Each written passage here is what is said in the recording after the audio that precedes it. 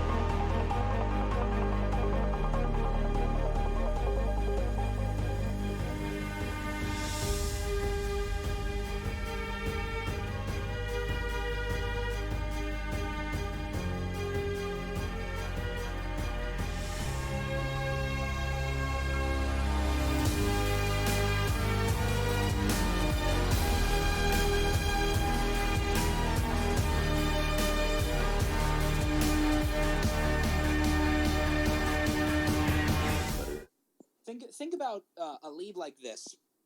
Imperial allies gain 75% counter chance, and Empire allies gain 5% max health and 5% offense every time they counter, stacking infinitely. Do you think that'd be at least decent? Do you think that'd be good for long-term? I mean, think of raid viability. Like, this isn't, battle meditation that wears off. This would be permanent 75% counter chance. We could have a use for Palpatine and Empire tunes in the Heroic Sith raid. Imagine that.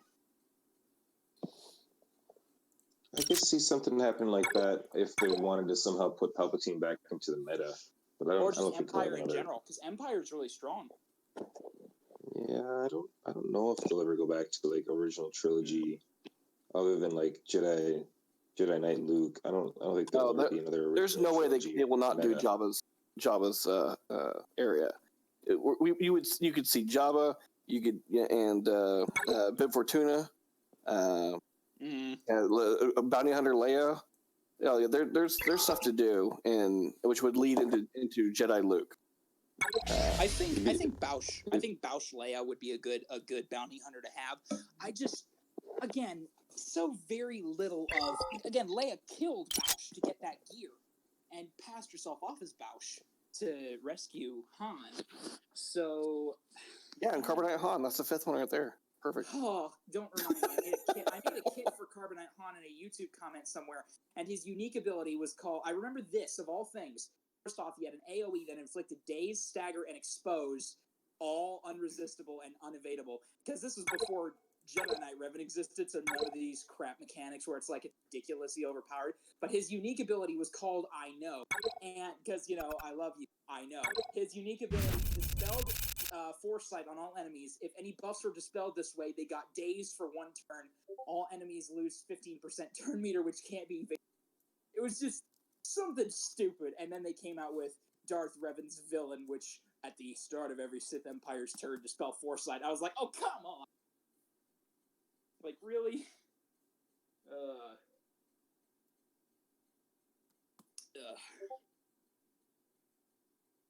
What does Kit Fisto do? Kit I don't Fisto. have Kit Fisto unlocked. His basic ability, I think, it's not elegant form, but I've got it up. He hits one time with a 35% chance to attack again, and I think it has a chance to gain turn meter every time he hits. 30% chance to attack again. Has 50% chance to gain 15% turn meter with each attack. And then wait. Fucking Rook, you've actually almost memorized all these kits. Yeah. Insane. I am Rook. I am the kit master. His second ability, his AoE is called Turn the Tide, and it does physical damage to all enemies and grants potency up for 1 turn or 2 turns to all. 3 turns, bitch. 3 turns. Okay. He also has 3 turns is pretty solid. Go to his unique. He has I think it's like 40% counter, 35% counter chance, and how much counter damage? 20%. Okay. Again, he was really early. That's pretty decent. Yeah, it is decent. I could see him. I could see a little rework fitting him. Seriously, and a Zeta. There's room for a Zeta. Like let's say he does that. And what if every time? What are Kit Fisto's tags again? All right, guys, I gotta go. All right, hey, later, man. Have a night, guys. All right. Well, looks like I got to do my own research now. But yeah, Kit Fisto could be again. I'd like to see a rework for him. He was cool. Of course. I think. Let me see. What tags does Fisto have? I don't even have them unlocked. An attacker and a leader. That's right. He has tenacity and defense. That's right. But I think with Fisto, if they could just boost his damage as well as boost like the counter chance, and let's say this: what if his attack, Lightsaber Mastery, had a chance to grant all allies offense up for 2 turns, and if all allies already had advantage 2 turns, like and again, it has let's say that Lightsaber Mastery has a 60% chance to attack again to balance that out, but it has a guarantee of giving them that buff. And if he attacks again, and only when he double attacks on his turn, will they gain. We don't want Retribution because Shock T already has that. What if it was offense up and then health steal up? Health steal up is a cool buff that I think could be used a lot more often than just Palpatine. By the way, hey, Anger Leads, we didn't mean to exclude you there. How you doing? Okay. Anybody else want a theory craft with us? The hall we're talking about, we're getting wasted. I get wasted every night.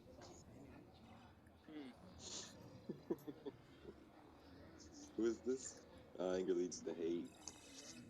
It's a pretty good tag. DT hey, Black Knight's in here. I haven't heard Black Knight. DT? What's that? What guild's DT? One more time. What guild is DT, or are you just Death Trooper officer? Oh, I'm sorry. No, it's it's disaster time. Oh my goodness! I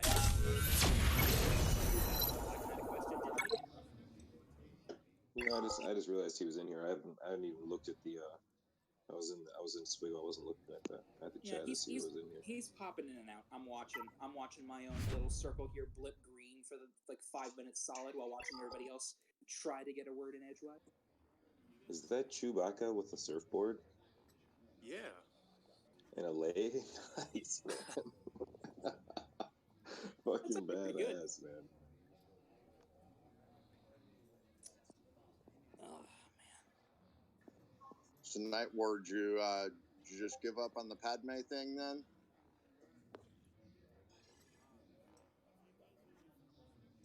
We can hear you, but you're a little low. But don't worry, we can. Oh, you're at max for me. I was gonna say we can turn you up. But you sound like you're in the basement yelling at your phone upstairs.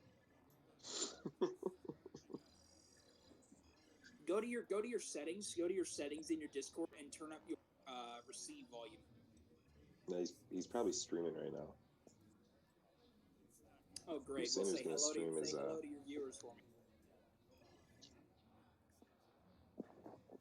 Let me see if he's streaming. These are the fun nights in the hall when I've literally got nothing else to do and I see there's a couple of people in voice chat. Hey, let's go dominate a conversation.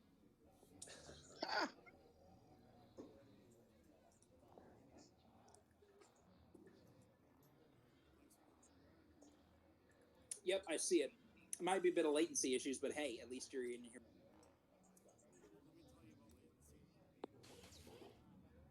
Yeah, he's streaming. What are you testing? You're testing your Grievous. Okay, can I see him, please?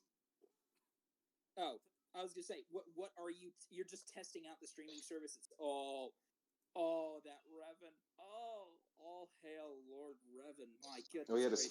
to speak for Nightwar, who Nightwar is hard to hear it now. He did not get Padme, but he did get Malik. Ooh, I did. good, Yeah, man.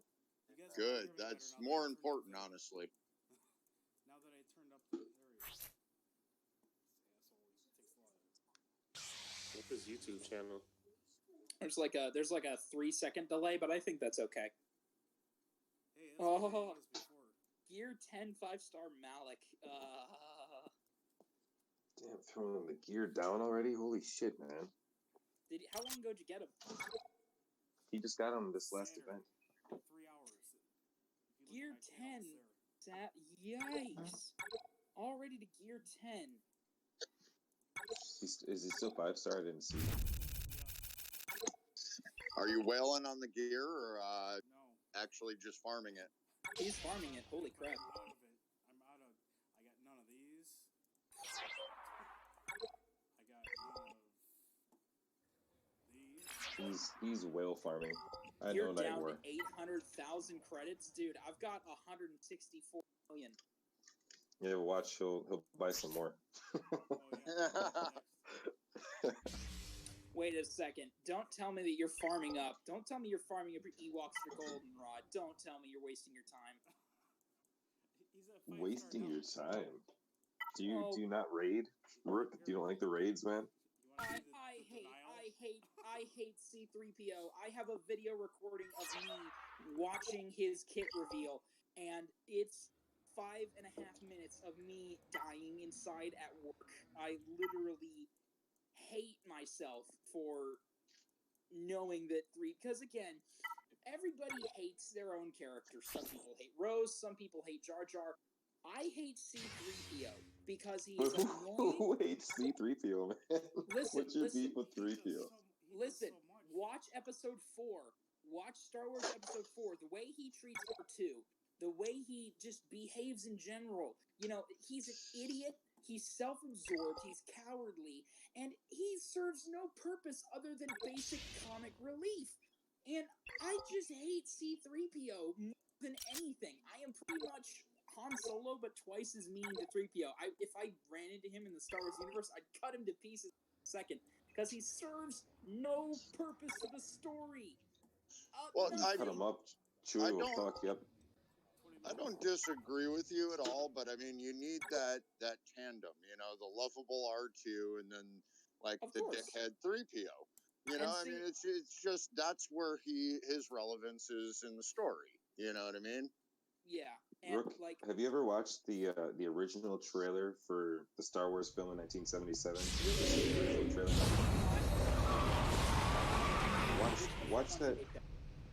Watch that shit on YouTube, man. And imagine you know nothing about Star Wars, and you're a 10-year-old kid that's seeing this commercial on TV, and you tell me that you still fucking hate C-3PO, man. Well, look, again, I'll explain. One of my favorite authors is a man by the name of Louis L'Amour. And in one of my favorite book of all time, How the West Was Won, one of the characters who was in his late 60s described as having, you know, he was an older man, and the line was this: he was old enough to know what he didn't like, and there were very few things that he allowed himself the luxury of specifically disliking. That's what C-3PO is to me. I could get over it, but I choose to allow that rather than like, oh, I hate Rey. Instead of having that be what I dislike, I choose to dislike C-3PO instead because A, it's what everybody else dislikes, so I'm not turned off as just some other hater, and B, it encourages discussion like this. This is like, who have you heard that hates C-3PO? And again, you said watch the original trilogy trailer. I didn't know that existed. I'm gonna go watch that and enjoy it. That's a positive out of me choosing to hate that stupid protocol. But again, like Also, saying he serves no purpose, saying he serves no purpose is it's not a valid comment because he's the translator, man. Like, he is the translator. It's like, but he's okay. Let me ask you this: would you rather have K2SO? You I stay with I 3PO. would have K2SO just simply because he's fucking hilarious. Let me, and because he's voiced by Alan Tudyk, greatest voice actors of all time. Let me make this a little easier and lead on to where I'm going. Would you rather have C3PO or HK47? C3PO. HK47. Rylock, you're twisting my gears, man. You're doing it on But purpose. you're thinking for the purpose. No, I I'm mean, serious, well, man. I'm thinking for the purposes of battle. You know what I mean? Like HK can wield a weapon. You know, I'm thinking day-to-day life. I would much rather hear statement HK47 is ready to serve, master, rather than oh my goodness, R2. I would not want to hear that when I wake up. See, I guess I used to hate 3PO, but since the introduction of Jar Jar Binks, like I have a new hatred. So 3PO doesn't seem so bad. Dude, get swarm aggression. Do it. Dude, get swarm aggression. Do it. I'm watching the stream right now. It's like, dude, get swarm aggression. That is so good. Like, I rage at how good that is. Get your Geo fighters all the way upgraded. You'll beat everything except Hans Falcon and, well, even Hans Falcon if done right.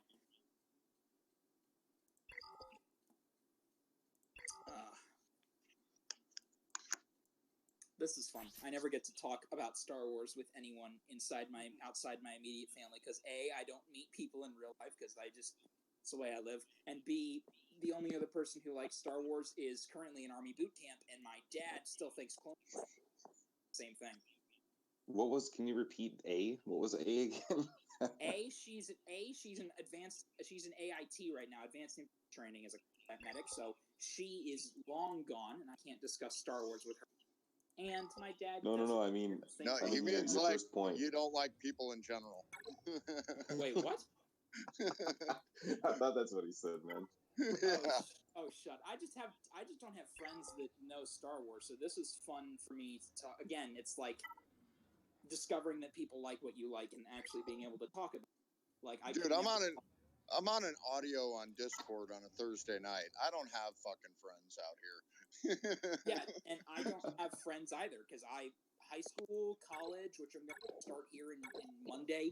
I work a part-time job, so I have my coworkers that I chat with for like 15 minutes or when we're doing a double shift. But I'm 20 years old and I just sit around talking to nobody all day, and it's enjoyable. Oh, see, I'm twice your age, man, and my hometown. That's where all my friends are at. But I moved to Vegas, following my ex-wife. So, now I just don't know no one. Back home, everybody used to barbecue or go out and talk to their fucking neighbors. No one does that shit here. Everybody just you kind of wave a little bit and they go inside. Yeah. Nobody hates each other, but it's just not something you do. It's like how in the South, which I grew up in the South, it's like you walk past somebody in the grocery, hey, how you doing today? Oh, I'm doing just fine. How are you doing? I'm just fine. You have a blessed day. In the North, you do not do that. You look like a moron if you do that in the. Well, I don't know. See, where I come from in the North, it's like that.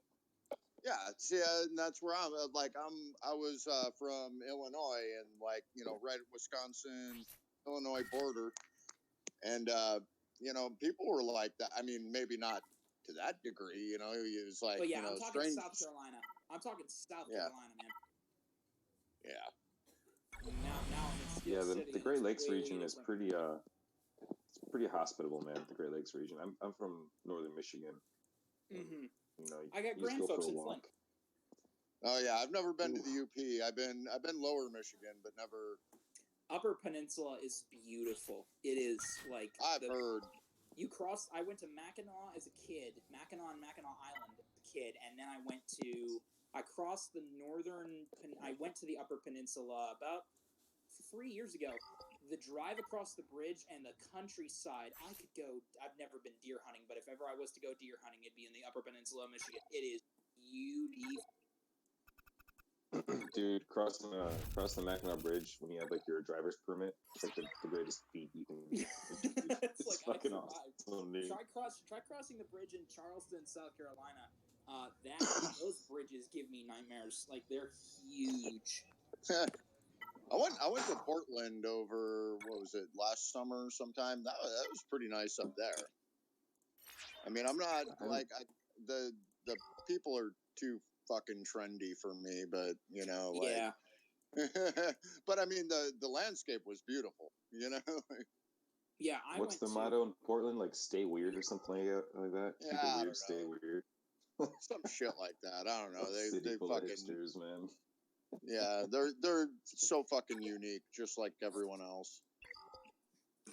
Oh my goodness, that's a perfect analogy.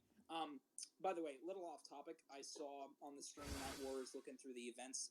Nothing he needs to look at again, but if you want to beat Forest Escalation or whatever it is that the mythic tier of the Ewok event, you need Imperial Troopers, Gear 12 Veers at least, with Death Trooper, and you need a very strong range, because I tried for literally ever since Imperial Troopers dropped, I tried to beat the first Moon Assault Battle Mythic. I failed, and I counted 98 times I failed. Oh, I destroyed that thing, man. and My troopers were like the first faction that I geared, because I just absolutely, like, Night Sisters were a huge pain in the ass. So I was like, you know what? I'm just going strong on them. And then when range dropped, like I went all in on him. It was the only time that I spent money on the game. Then I everybody but Stark is G12, you know, G11 for Stark, but I got his Zeta, so I gotta tell you, range is to Imperial Troopers what Grandmaster Yoda is to Jedi Revan. He is absolutely. Range, and you think it doesn't really do that much, but again, I failed 98 times on that mythic tier with Veers, Death Trooper, Snow Trooper, Stormtrooper, and Death Trooper, Storm, and Stark. And they were all well geared, and all that stuff, modded Stormtrooper for over 60,000 protection, and I failed 98 times. I put range in there once at gear 9, and I beat the event first try. I was like, what? Again, I did it. If you have troopers that don't have range, I'm going to come through your phone, slap you, and farm range for you. You need I don't have troopers, man. I did that event pretty easily with Palpatine, Vader, Moff Tarkin, TIE Fighter pilot, and yes, the old way of doing it. The old way of doing it when my Tarkin didn't stop. Yeah, I didn't have any. Well, I know you could also use like I forget what it was, but it was like HK lead before his nerf. Yeah, like HK. a few different droids and like Thrawn. You it's know, more of what I didn't have. Again, I read online that you could do it with Thrawn and Moff Tarkin, but it was RNG based a lot of the time. You know, you had the right amount of stuff. You had to have the cooldowns just right.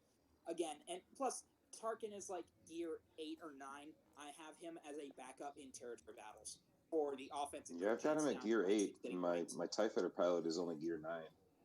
Mine is gear 11 gear 12s I have are Vader and Thrawn. I took TIE pilot to gear 9 because I love the TIE Fighter when he hits for 109,000 damage on the second hit. Ugh. Oh my god! I never kept gearing him up because I didn't need to. I just took Marauder to 13 today, man, and you just nails on victory through power. I mean, I gotta bring up his mods some, and I only got to do it like once for arena because I didn't want to go like and get the challenge because before reset for the guild tokens or whatever they are. What is this movie time with Nightwar? Sorry for the interruption. What are we watching here? Oh shit. Is he watching episode 4 or is he watching the trailer for the original? This is Warner Brothers Lucasfilm? What the fuck? Yeah, Clone Wars. Oh, it's the Clone Wars. Oh, I've got that. I've got that. Oh, it's all the Star Wars intros. That's why it's Warner what he's Brothers. Doing. He's got all the Star Wars intros on his laptop. No, this is a 14 terabit file system. Oh my goodness, you have a file dedicated entirely to Bruce Lee. I don't even have a computer, let alone files. Drake and Josh, my wife and kids. What is this? That's Mr. Nickelodeon. That's a Robot little Moonshines? before your time, 20-year-old. Excuse me, I still know what those are. I'm just messing with you, bro. I know. American Greed, The Last Frontier, Game of George You have George Carlin on your lap? Oh, that's Carlin's the man. Yeah, there are 7 words you Legend. can't say on TV. Okay, I don't know. He's like the of comedians. I know. I've watched Carlin plenty. You want to balance the budget. Because I'm in a house with family. Flammable. Inflammable. I gotta tell you, for those of you that don't, I just gotta listen to this. George's best stuff. Oh, he's so young, man. Holy shit. Oh my god. George Carlin with not white hair. For those of you, look up right now. Just type in the words on YouTube, ERB space, and type in George Carlin. There's George Carlin versus, get this, Pryor. Oh. What about What is- Lobot versus? No, I'm talking. It's a I know. Dude, that young George Carlin looked like Bob Ross without a perm, man. That shit was crazy, man. So this is the first Thursday night I don't have to work on Friday because I just started a job that I work 4 10-hour days and then get 3-day weekends. Ooh. That's really nice. Yeah, I know. I was like, hell yeah, send me there. You know? Sounds better than my 5 12-hour shifts, man. Oh, wow. The pay isn't as great as your 5 12-hour shifts, but I'm living in South America, brother. I'm pretty sure you're getting paid more than me. Oh, it's oh 320. shit. Yeah, no, I make like 44 an hour. 44 bucks. I'm still working a minimum wage part-time job, so I suppose I shouldn't be surprised. My side job. Yeah, That's a good wage for. What did you say? You said you were 44 years old too, man. No, I'm 40 years old. 40 years old, making more than that's good, man. It's a union gig. I do plumbing pipe fitting for the union. You know, the scale in Las Vegas is really good, you know. So What union? local 525. Hold on a second. So what, if you find any illegal drugs, do you get 10% on as commission inside the tubes? Do what now? When somebody flushes down cocaine down the toilet, do you get 10% of it as commission? Place the pipes? Oh fuck no, I don't do service, man. I do new installs, like, you know. Oh, you're like brand new housing. That's what you do. No, not housing. I do the hotels and shit, you know, like the commercial stuff. Like right now I'm doing they're adding a new addition to the World Market building. You probably don't know what that is, but you know, like when they build a new casino, I did the I was when they redid what was it called before? Well, anyways, they redid a casino, like basically tore it down to like just all the framework.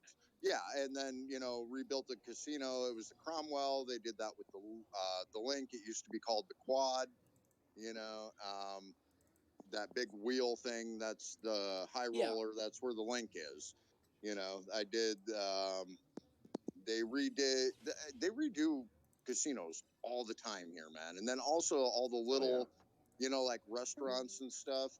Like, you know, everyone wants to get on like the big jobs and stuff like that where you're going to be there for say a year. But I kind of like doing the small stuff, you know, like they'll redo a restaurant in the casinos. And that's kind of where I've made most of my money is like, you know, they'll tear out a restaurant. I'll be there for 2 or 3 months and then go on to the next one. You know what I mean? Like you're not doing the same thing all the time. Which has its advantages and disadvantages because now I gotta, you know, like change my location all the time. But it's always down on the strip either way. So I mean, it's like a 15-minute drive no matter what. You know, at least in the morning. So you know, afternoon it's going to be like a 45-minute drive home. You know? So living in Where were you Vegas, from before Vegas, man? Illinois, Rockford, Illinois. Rockford, all right. What was the local again? 5 what? Local 525. UA local 525. something I wanted to ask. You guys are I've not heard a a lot. client of ours. Because we service many locals across the world. But what I wanted to ask was, as somebody who lives in Vegas, I wanted to know. First, I've heard a lot of stuff about Vegas, a lot of it good, a lot of it bad, and of course, the overarching everything that happens in Vegas stays in Vegas. Something I wanted to know. Outside of the main city, does it pretty much immediately become down slums full of overcracked people? Outside this, like just outside the strip, like in the radius around there, it's all garbage. That's what I It's like thought.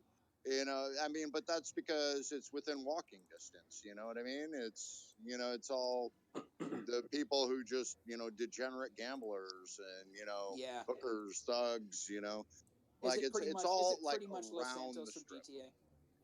What's that? Is it pretty No, much Los Santos from GTA? no, it's not that bad. I mean, it doesn't spread out that far. I mean, you got some areas where it's like good block, bad block, but I'll tell you what, man. Even coming from Rockford, like there is nowhere in this city that I am afraid to walk through at night. I mean, there's been places that I was afraid to walk through during the day, back home, let alone at night. But I have yet to run across a place that I've been afraid to walk But at night. if you're gonna get in trouble in Vegas, it's because you're looking for trouble, man. Well, a Yeah. lot of people are looking for trouble. Hey, Yeah. that's anywhere. If you're looking for trouble, you'll find it. No, I always had that same feeling in Vegas, man. Like it's obviously as soon as you get into the city, you are overtaken by this feeling of like you can ask anyone for anything and you can get it within just a few blinks of the eye. Like it's the dark side. The dark side of Vegas is pretty. Yeah, It's pretty I don't like intense, that idea. I don't but like Oh it the doesn't idea feel of dangerous. if again It you like doesn't feel want to dangerous. It find, just feels dirty, man. Sin City, bro. yeah, it really is. I mean, you get. I mean, really, like the city aspect is just the strip. Everything outside of the Yeah, strip is basically like a giant suburb. You know, like yeah. like I And really then don't right out of the feel like I. suburb, it's just desert, man. Yeah, well, yeah, outside of all the miles of suburb, then you got just desert. Yeah, the thing that Rook, the stuff you're thinking about, like the degenerate gambling shit that you see, like pretty much you can go to any like gas station in Yeah, Nevada absolutely. and you'll find it. I've Like And seen. you like know what? A lot of cities are becoming like that too. Like my hometown, they started putting slot machines in their gas stations and stuff, or maybe no not the gas shit. station. Wasn't the gas stations? They got like Like um mini casinos yeah, going, shit yeah, like that. basically, like here it's fucked up, man. Did you ever go to like like Perkins or any you remember those old school kind of Denny's type of restaurants? You know Oh what I yeah. mean? Well, it's kind of We have like a Perkins. We have a these Perkins near places. where I live. Yeah, these places. I mean, they look like they ripped out all of like the booths from a Perkins or something and put slot machines in there. You know what I mean? And Like an like Crazy, man. yeah, I mean, and my parents told me, they're like, oh yeah, they got these, like a few of these different little places all around, our hometown now. I was like, oh, really? It's like that's fucked up. Yeah, again, like something I don't like to look at or think about. I'm a very empathetic person. I mean, I'm working a part-time retail job, not retail, but I serve ice cream to people, so I work with people directly. I very much like interacting with people. So when I think of, and especially because I just recently, the reason I ask is I recently bought Grand Theft Auto, and I run around San Andreas. No, not San Andreas, Los Santos. I recently bought. I run around there. Everything is so terrible. I hear like on the news, it's like we're dishonest, so you don't have to be. It's like, of course, it's an over exaggeration of how they think things really are in the real world, but I actively work to oppose that. Like everything Vegas is, I don't hate Vegas, but I work to oppose what Vegas leads to, which Angry, you live there. You said yourself, it's a lot of degeneracy. I Oh fight yeah, that. it's And when I it see, will if it takes a hold of you, it will change you. yeah, And it's like, and it's not just like in that aspect, it's like, you know, when I moved here, you know, I was married, you know, all that shit. Well, you know, my wife at the time, you know, we lived here maybe, let's see, 5 years. And, you know, I mean, It she got to you. just over that 5 years, you know, she became a lesbian. I don't know how you just become a lesbian. You know what I mean? It wasn't. Look, let me tell you, from a young guy's perspective, living in the age of like instant. Let me tell you, she didn't just, but it developed. Yeah. It developed know, over I mean, time. It's hard to explain. Well, and I get that, you know what I mean, but like, You're 40, you know better than I do. you know, and you know, it's not that like I'm mad about it or anything like that. You know, we still talk on a daily basis, and you know, we're still friends. I mean, we were together for 14 years. You know what I mean? So, I mean, that was before. You know, like we've known each other almost 20 years now. You know, but you know, it's just like until we got here, you know, I'm not saying that it wasn't there. It's just the opportunities weren't there. You know, anything Yeah, you can exactly. think of, the opportunities are like 100-fold out here. You know, for anything. I'll bet. Yeah, you But go to a like, place like that, in any, you know, hidden inhibitions that you might have, they're gonna come out because it's just easy for it to happen. You know, you can't really again, hide from yourself in a it's place like how like that. I referenced. It's like how I referenced at the beginning of the night. Personally, I don't talk about Star Wars. I'll use the innocent example that I brought up here. Star Wars. I don't talk about it to anybody. But upon realizing that I can talk about it to someone, that's all. Like, I'm super hyped about it. I'm assuming the same thing is about Vegas, where it's like you're into something, somebody else is into something. You figure out that that person's into said something, and then you go running. Oh Yeah, yeah, man. Yeah, it's I can get on board with that. Like, I've typically am like that with Star Wars as well. Like I'll be at the barber shop, and somebody will come in with like a Boba Fett tattoo, or someone will come in while I'm playing Swigo, and they'll see that I'm playing Swigo, and they'll be like, "Oh, you play that game?" And then from then on, 90% of our conversations for the next year of haircuts is just Star Wars. You know, like yeah, it's like I saw a guy come in. He had the, you know how Boba Fett's, he's got the Mythosaur skull patch on his left shoulder. A 22 jock looking protein drinking guy ordered a protein shake from my shop because we serve those. Came in with the Mythosaur skull tattooed on his left shoulder, and it was the full shoulder pad with yellow and the red skull. I was like, I literally stood up in agitation, put my fist to put my right fist to my left shoulder and salute, and went, "Mandalore." And he just broke out into a smile, and we talked for an hour. Great. But back to, you know, Vegas. The idea that such a place exists to where it's not that I despise people for that, it's that humanity has failed.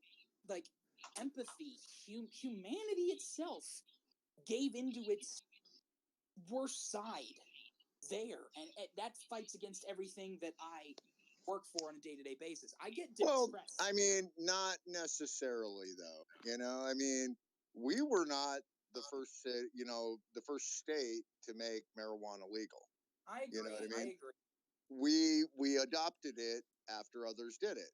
Now, prostitution is legal outside of, you know, Las Vegas itself, which is Clark County.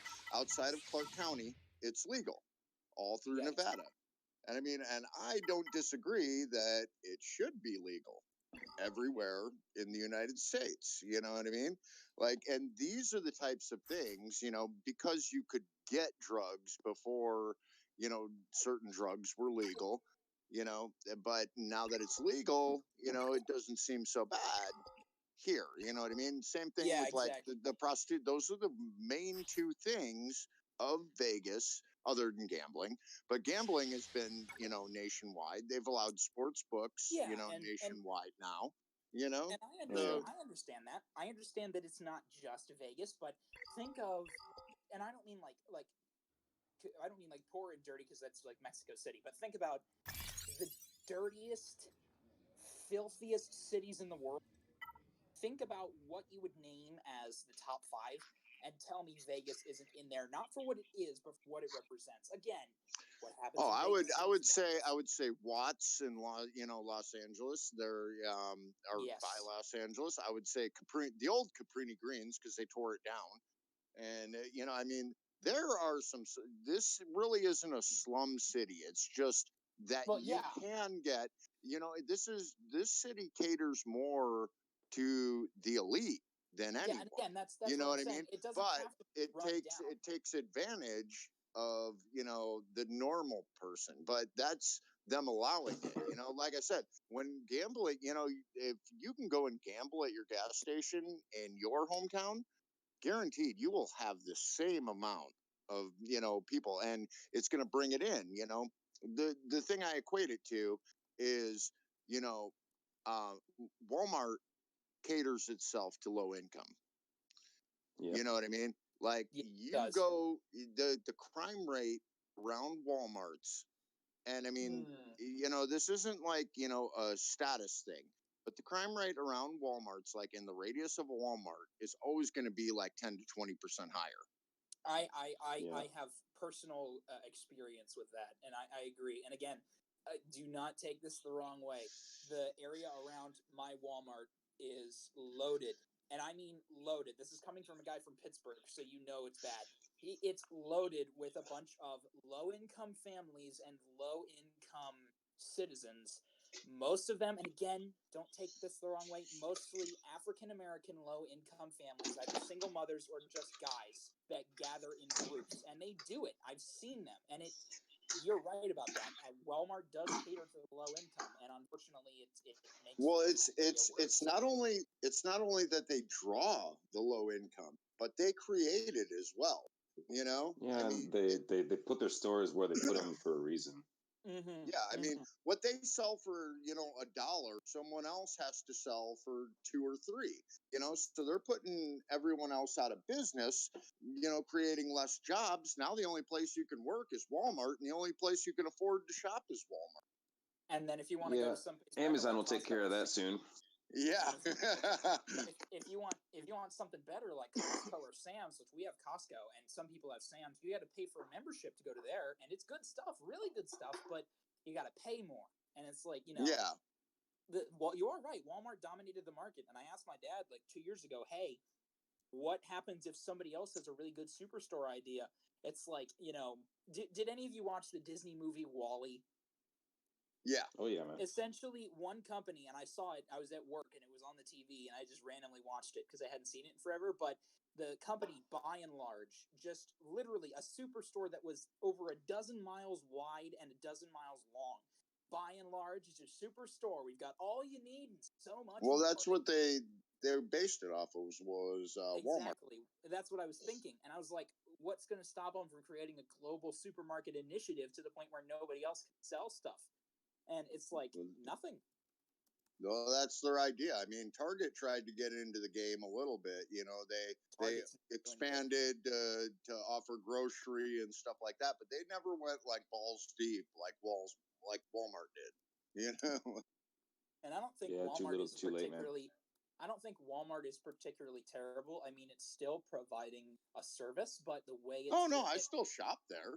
So do I. So do I. I prefer to shop at Costco and Aldi rather than because Aldi. I wish they had Aldi's here. Dude, oh my god, Aldi is incredible. Here's the thing. I will always hold Aldi in higher respect because they told Walmart how to treat their customers in Germany, and Walmart didn't listen. Mm-hmm. Did you hear about all this? No. Okay, so Walmart is a United States company exclusively. Germany is a very consumer-friendly nation, especially because of tourism and because of just the history of the Reichland. Germany is the center of Europe. It's got a lot of history from there's a lot of people in Germany in and out.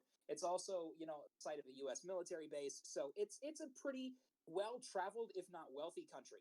Walmart decided, because we've already got U.S. roots in Germany, let's open Walmarts. Now, how many registers are open at Walmart whenever you go in, on average? Oh, yeah. They have 26 of them, but 5 of them are open. Or 3, and they're all backed up. So, Aldi and the German government told Walmart, okay, we will allow you to test this and open up your stores in Germany. But German customers do not wait. Now, if it's like a bread store, you know, you walk into bread, get a bakery, go into a bakery, get bread, you can wait. But they do not wait for product. Walmart said, okay, we'll listen, we'll do this, we'll try it out, we'll do it our way, we'll make sure that they're happy, we'll make sure German customers are happy.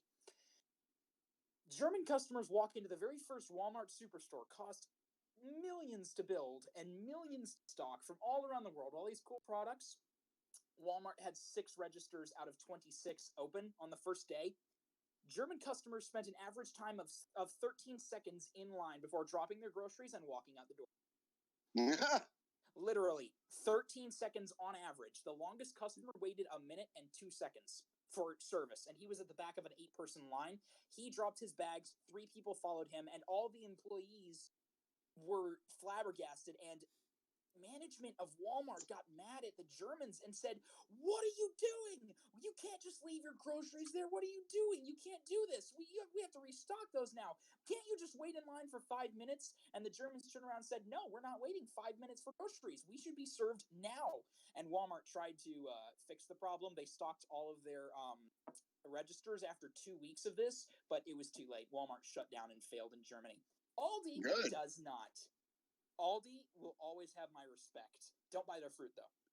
Oh my God, their checkers. I mean, I don't know if they still do it because like it's been over 10 years since I've been to an Aldi. Mm-hmm. No, I'm lying.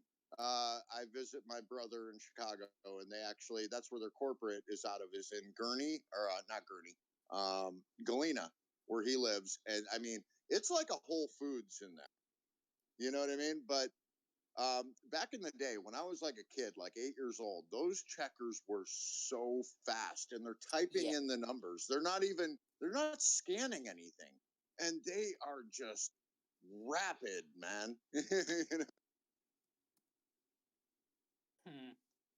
know? It was insane. Like you didn't wait in line really. You know, they only had 2 or 3 checkers, but man, they just slammed you out of there, you know? And they do. And it's not rude. And again, I can tell you to this day, that's what happens. I went to Aldi about 2 weeks ago. They do that.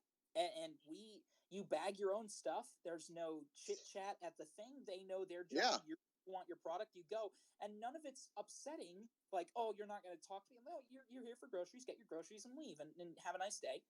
But like, you know, Aldi is great. Aldi is great. Just don't buy fruit from them. Yeah. Well, no, I mean, like I said, you know, the last one I went to was when I visited my brother, you know, in Galena, and like I said, I mean, it was seriously like a Whole Foods in there as far as like the product, you know, not the setup. The setup was still like an Aldi's where there's like pallets of stuff, you know, like it made into an aisle. But I mean, it was nice. It was clean. It was, you know, fresh produce. You know, they had all kinds of organic stuff there, you know, because I guess in these particular Aldi's, because it's like where their corporate is or something like that. He was trying to explain it to me, but they do their testing there on what they're going to do nationwide, or not nationwide, but you know, throughout all of their stores. So like the store that he goes to is, you know, like a testing facility. So they're trying out all kinds of like, you know, good shit there. You know? Dude, I went back to the States in 2015 after like 7 years down here in South America, and there weren't any Aldi's, at least in northern Michigan. There weren't any like nice grocery stores, but there was an Aldi's when I went back, and my mom was like explaining to me how she like shops around. She gets certain stuff here, certain stuff at Meijer, certain stuff at Aldi's. And I'm like, well, what's Aldi's? Oh, you haven't heard of Aldi's? You left before this came here. She tells me all about it. And you know, my wife is Chilean, and Chileans can't go like more than 36 hours without eating an avocado. And mom was like, they have the greatest avocados at Aldi. So if you need avocados, just go there. I'm pretty sure that they have good prices too. Yeah, so pretty you much. go there and I see the produce, man, and it's Aldi's just like you're saying, man. Aldi's the produce has good was amazing. Aldi's has good food and prices, but again, and I keep saying this for a reason, like I told you, I work with ice cream, so we have fresh fruit on a bar. It's frozen yogurt, so you grab it, it's self-serve, you put whatever toppings you want on it. It's really popular with the kids, and I like it too. So we don't get our produce from Aldi, not out of insult, but because like their fruit is imported, or it's not always the best. There might be a rotten strawberry in the bottom with mold on it. I found them before. So buy your produce elsewhere. Walmart has good produce, but other than that, Aldi is an amazing store. It is really good. And I'm sorry to cut it off right here, but I told a friend of mine that I'd talk to her about something. I'm a medical student, and she has what I think might be heart palpitations. So I want to talk to her about that, make sure she doesn't panic. But anyway, you guys have a good night. It was an absolute pleasure talking to you. Watch for me in the hall. I'll be dropping $2 donations like I'm at a strip club. Ah, Hey, Lore Master. Hey, just so you know, Master. My little brother is PharmD in a pharmacist. He actually has his. So I mean, if you have any questions as far as like thesis papers and shit, I can hook you up with him, and he is like the man at writing that shit. So absolutely. He went into pharmaceuticals. I'm going into X-ray tech. So maybe there's a little crossover, but hey, a medical professional is a medical professional. We've all studied the same basic stuff. Yeah, you're all going to end up like knowing the most, like the basics of everybody's field. So, just an offer. Yeah. All right. But if you guys, again, watch for me in the hall, just watch. I'll be here as many times as I can. But hey, if you guys have questions about a kit, possible synergy, what I think could be like a good advice on what for a specific character, what their kit could be, or just lore about a character in general. Like if you don't know what the Sith Marauder was, why his kit is named the way it is, just ping me and I'll talk to you about it. It'd be fun for me to do. Absolutely, man. Beautiful, Rook. You guys, if you need haircut recommendations, you come straight to me, bro. Oh, please. I prefer to do it myself. Buzz cut, army buzz. I prefer to do it myself. Like I said, when you need a recommendation. Later. All right, later. Oh, fucking Rook, man. Fucking millennials. I'm technically a millennial by age, man, but I don't live that life whatsoever. You know what? Technically, I'm a millennial too. I think you are like in that in between, because it's like a 3-year window, right? I think you're in that window. Yeah, I mean it was like 77, I think, is like the year that they technically started it. You see, when I was a kid, I was born in 79, and like they kept calling us, Generation Y, and then all of a sudden, out of nowhere, it turned into like millennial, and then all these that shit happened to me too.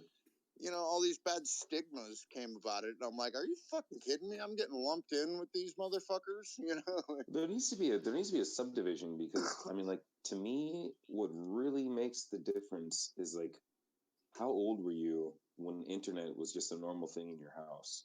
That's oh my that's God, what really makes the difference, man. I was like 16 or 17 when, like, Same here. AOL dial-up was, like the thing in my house. Did you guys have? And you guys had it when it was AOL? Yeah. Yeah, I came late to the internet. Yeah, we were a little late in the game too, but I remember when you actually had to take your dial-up phone and place it on the modem. Yeah. No, you didn't even have to switch the plug. Like you took your phone like off the hook and like put it on this little machine, and it would like make all these noises talking into the phone. And this was way before like AOL and stuff. I mean, like I didn't have it, but like I went to a friend's house and he was showing me it. I'm like, what the hell is this? He's like, no, look, it's cool, man. We can talk to people, like what the shit? The first thing I ever looked on the internet was I don't even know. I think it was MSN, but I searched for Star Wars on the internet. That was the first thing I ever did, and then I just started like looking for for beautiful women. I was like 9 years old, man. Started looking for beautiful women. I like download a picture of them. It'd take like 15 minutes. I'd watch each line get created. It was fucking nuts, man. But I didn't have I internet in think my house until I was like 16, I think. And we're talking 2000. 2002 was when I first got internet in my house. yeah. I think the first thing that I did was like I went into chat rooms and like my buddy kind of set me up. You know, I forget the name of the program. It was Winamp or something like that. It Yeah, was like yeah, yeah. it was a media player, and like everybody like traded songs, and so like someone would send you like a file and you'd download it and you'd get the song, shit like that. This was way before Napster and stuff like that. Yeah. Yeah, Like man. that's how you had to steal your MP3s back then. I remember feeling like a bad person downloading music, man. I was like, oh, they're gonna catch me and shit. I was scared shitless, man. Oh yeah, after all the bullshit that happened with the whole Napster thing, it was like, oh shit, are they gonna like search my computer? Exactly, man. Exactly. How No, old that's are what you? makes the difference, man. I'm 33. I was born in '86. Oh, okay. And how long you lived in South America? I've been here since I was 23. This October will be my 10-year anniversary in South America, man. Oh, okay. So yeah, I mean, it was around the same time then that I moved to Vegas because it was I think it was 2000 and no, it was 2008. I moved here. It was like Yeah, I June went of back. '08 or something like that. I was in California and Nevada from 2006 to 2000, the beginning of 2009, and then I spent the summer back in Michigan because I knew I was going to leave the country. So I went back to see my mom and my sister, Yeah. raise some money, do some northern Michigan camping and shit. Went up to Yeah, the UP. easier to travel to Michigan from the States than trying to do it from South America. Yeah, my whole thing, like my whole life, man. What's up, Move Milker? By the way, how you doing, brother?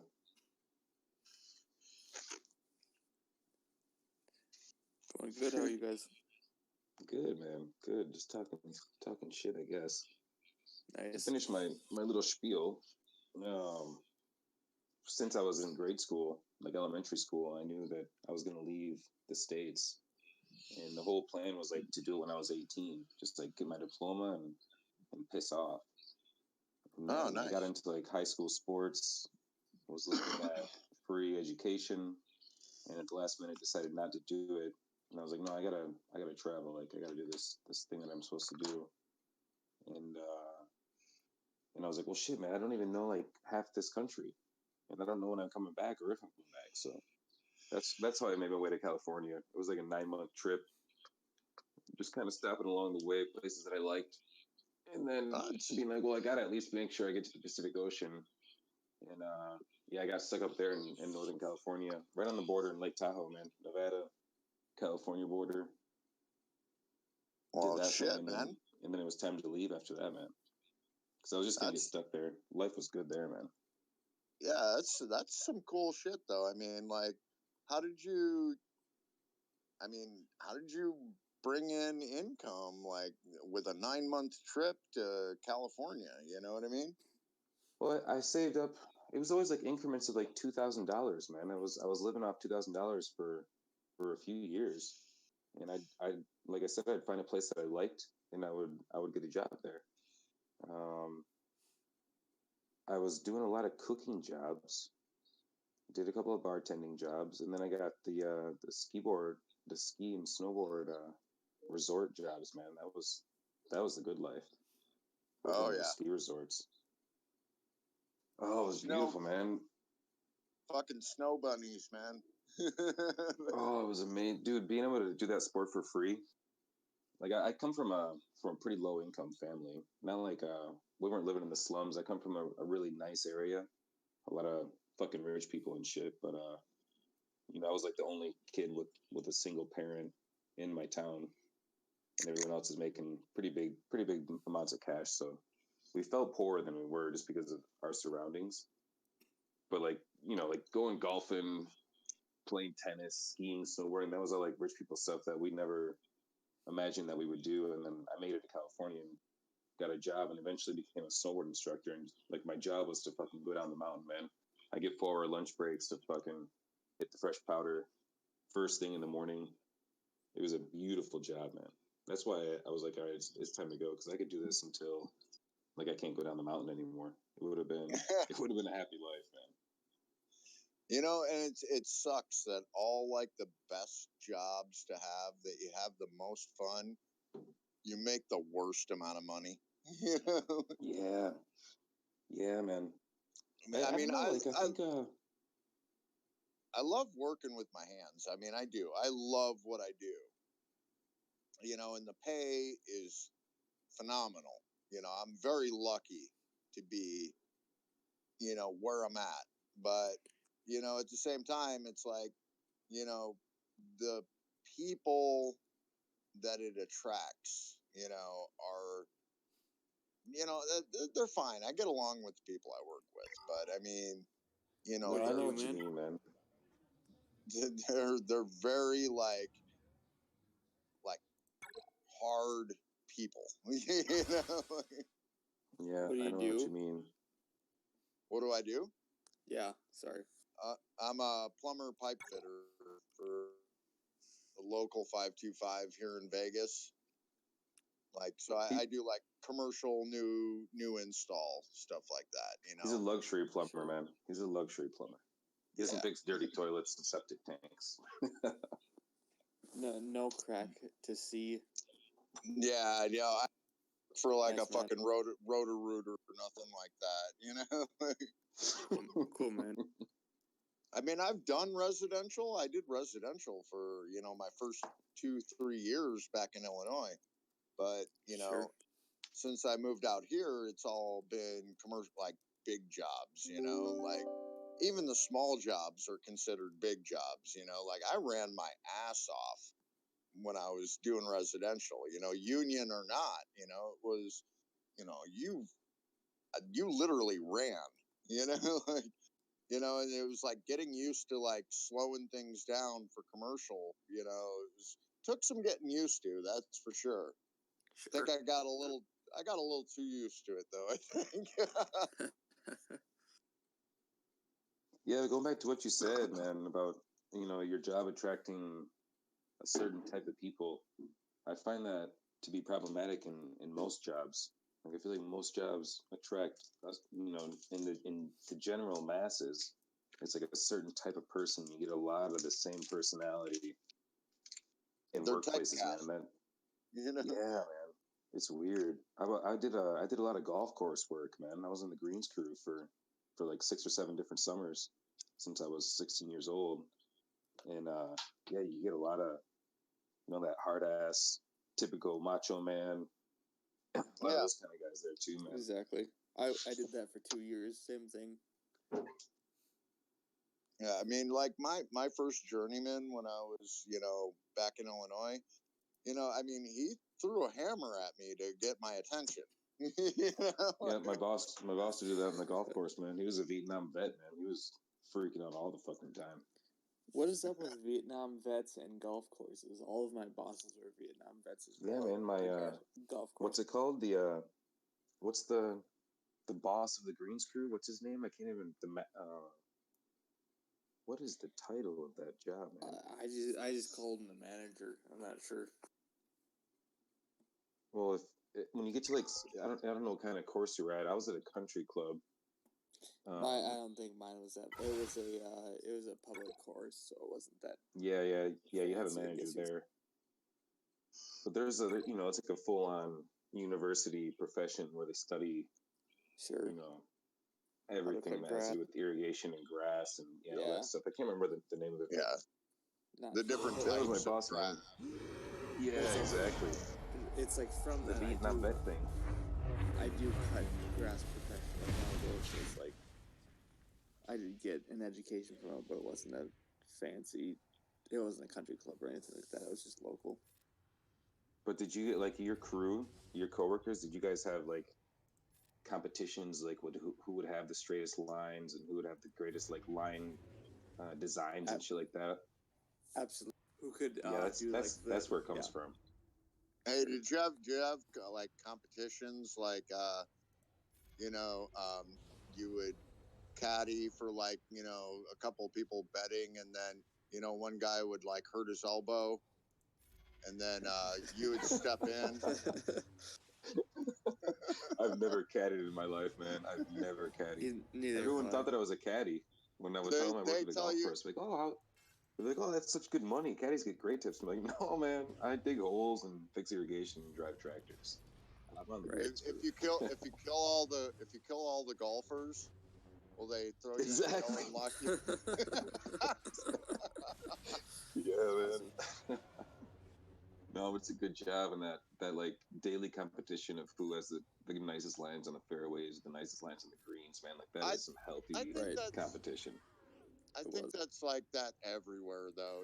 Like you work side by side with anyone in any like field, because that's how it is with In me. the States, Like yeah. I'm constantly racing. And that's just like my mentality, though. Like if I see someone's going a little bit faster than me, I'm like, oh shit, they're getting more done than me. Like we're doing the same fucking thing. Like Oh yeah, Right. oh yeah. so like That's the American mentality, man. yeah, It is. it really is. We are And I think that extremely competitive. it just applies to anything you do.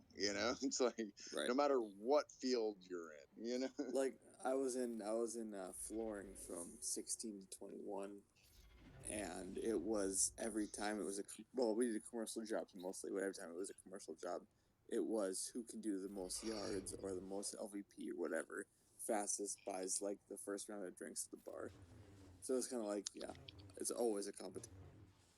See, and I learned like early on, like I mean, even though I fell prey to it, like our bosses would kind of like egg it on. Like hey, like Fuck yeah, you know inspired you more know production, man. They we did profit we from did it. we did model homes, you know what I mean, like when Sure. I first started, so it was like everybody did kind of these same 5 different houses and stuff. Now, oh well, John did that 2400 all by himself in 6 hours. Like, oh yeah, well I think I can beat that, and like it's just like crap like that, like they stick it in your head, regardless if you're like, yeah, fuck him.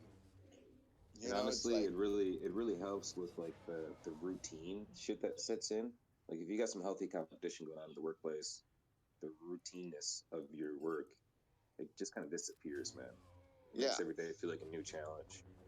like I always focused on like the quality, you know what I mean? Like for Mm-hmm. me, like if my work looked better, like, or if no one had to come back and fix anything, because to me, like Efficiency, man. if you got done in 4 hours and I got done in 5, but you had to go back and fix a couple of shit on your stuff, like that doesn't, that time counts to me, like, Yeah, Yeah, that's an I automatic agree with you disqualification. 100%. yeah. So I mean, I was focused on quality, and I'm like, look, if you focus on doing it right, the speed will come, like because Yeah, man. you're always going to do shit faster, no matter what you do. But if you're focusing on the quality of it, as long as you're not big deal in every fucking little aspect, like that speed Uh, is eventually going to come. yeah, at the golf course, me and old Thaddeus, were the fastest at the golf course, man. Everyone would make fun of us when we get to a new whatever where we're gonna rebuild a sand pit or whatever we're gonna do. They make fun of us because we spend like 35 to 45 minutes preparing and not actually working. The Yeah, first like 15 minutes, we look at everything. yeah, We'd be getting a running the game plan. diagnostics in our head. Yeah, man. and then we just fucking race through it, and everyone will be surprised. Like, how did you guys? You guys didn't even start, and we were halfway done. Like, yeah, well, we did it right. It's like, Yeah. I appreciate that a lot, actually, just from coming from the same place. That's awesome. Well, and that's kind of the thing. You get into these big plumbing systems, it's like you got a lot of pipes that are crossing each other. You got things going at grade. There's a lot of thinking that you got to put into it before you ever even touch anything. Oh, for sure, I mean? and being able to go in and fix it in 15 to 20 years when something breaks, and not have it be a son of a bitch to work on too. Like, Exactly. you're setting up the skeleton of it. Like that shit's insane, man. Yeah, you're thinking about the guy down the road too. Like, yeah. If I'm doing like the rough in portion, which I don't know if you know what that means, but that means like when everything's like down to studs, and all the shit behind the walls before you're putting, fixtures on and stuff like that. That's called the rough in, so where you're actually laying all the pipe, doing all that stuff. Like when I'm putting something behind the wall, I'm thinking of the guy down the road. Is it going to be easier for him to install it if say I move this particular thing 6 inches? You know what I mean? Yes, it's going to. So it's like I try and do all of that ahead of time. It's like if you plan it out, everything just goes so much quicker. So I completely understand where you sit and just look at it for a good amount of time, get your game plan together, and it goes smooth. Yeah, man. I remember my first job here in Chile, man. I had spent my first summer in a surf town, and I spent pretty much all my money. And I was like, all right, well, it's time to go to like a new spot, and I don't have any money to do it, and I don't even speak Spanish yet. So like, what am I gonna do?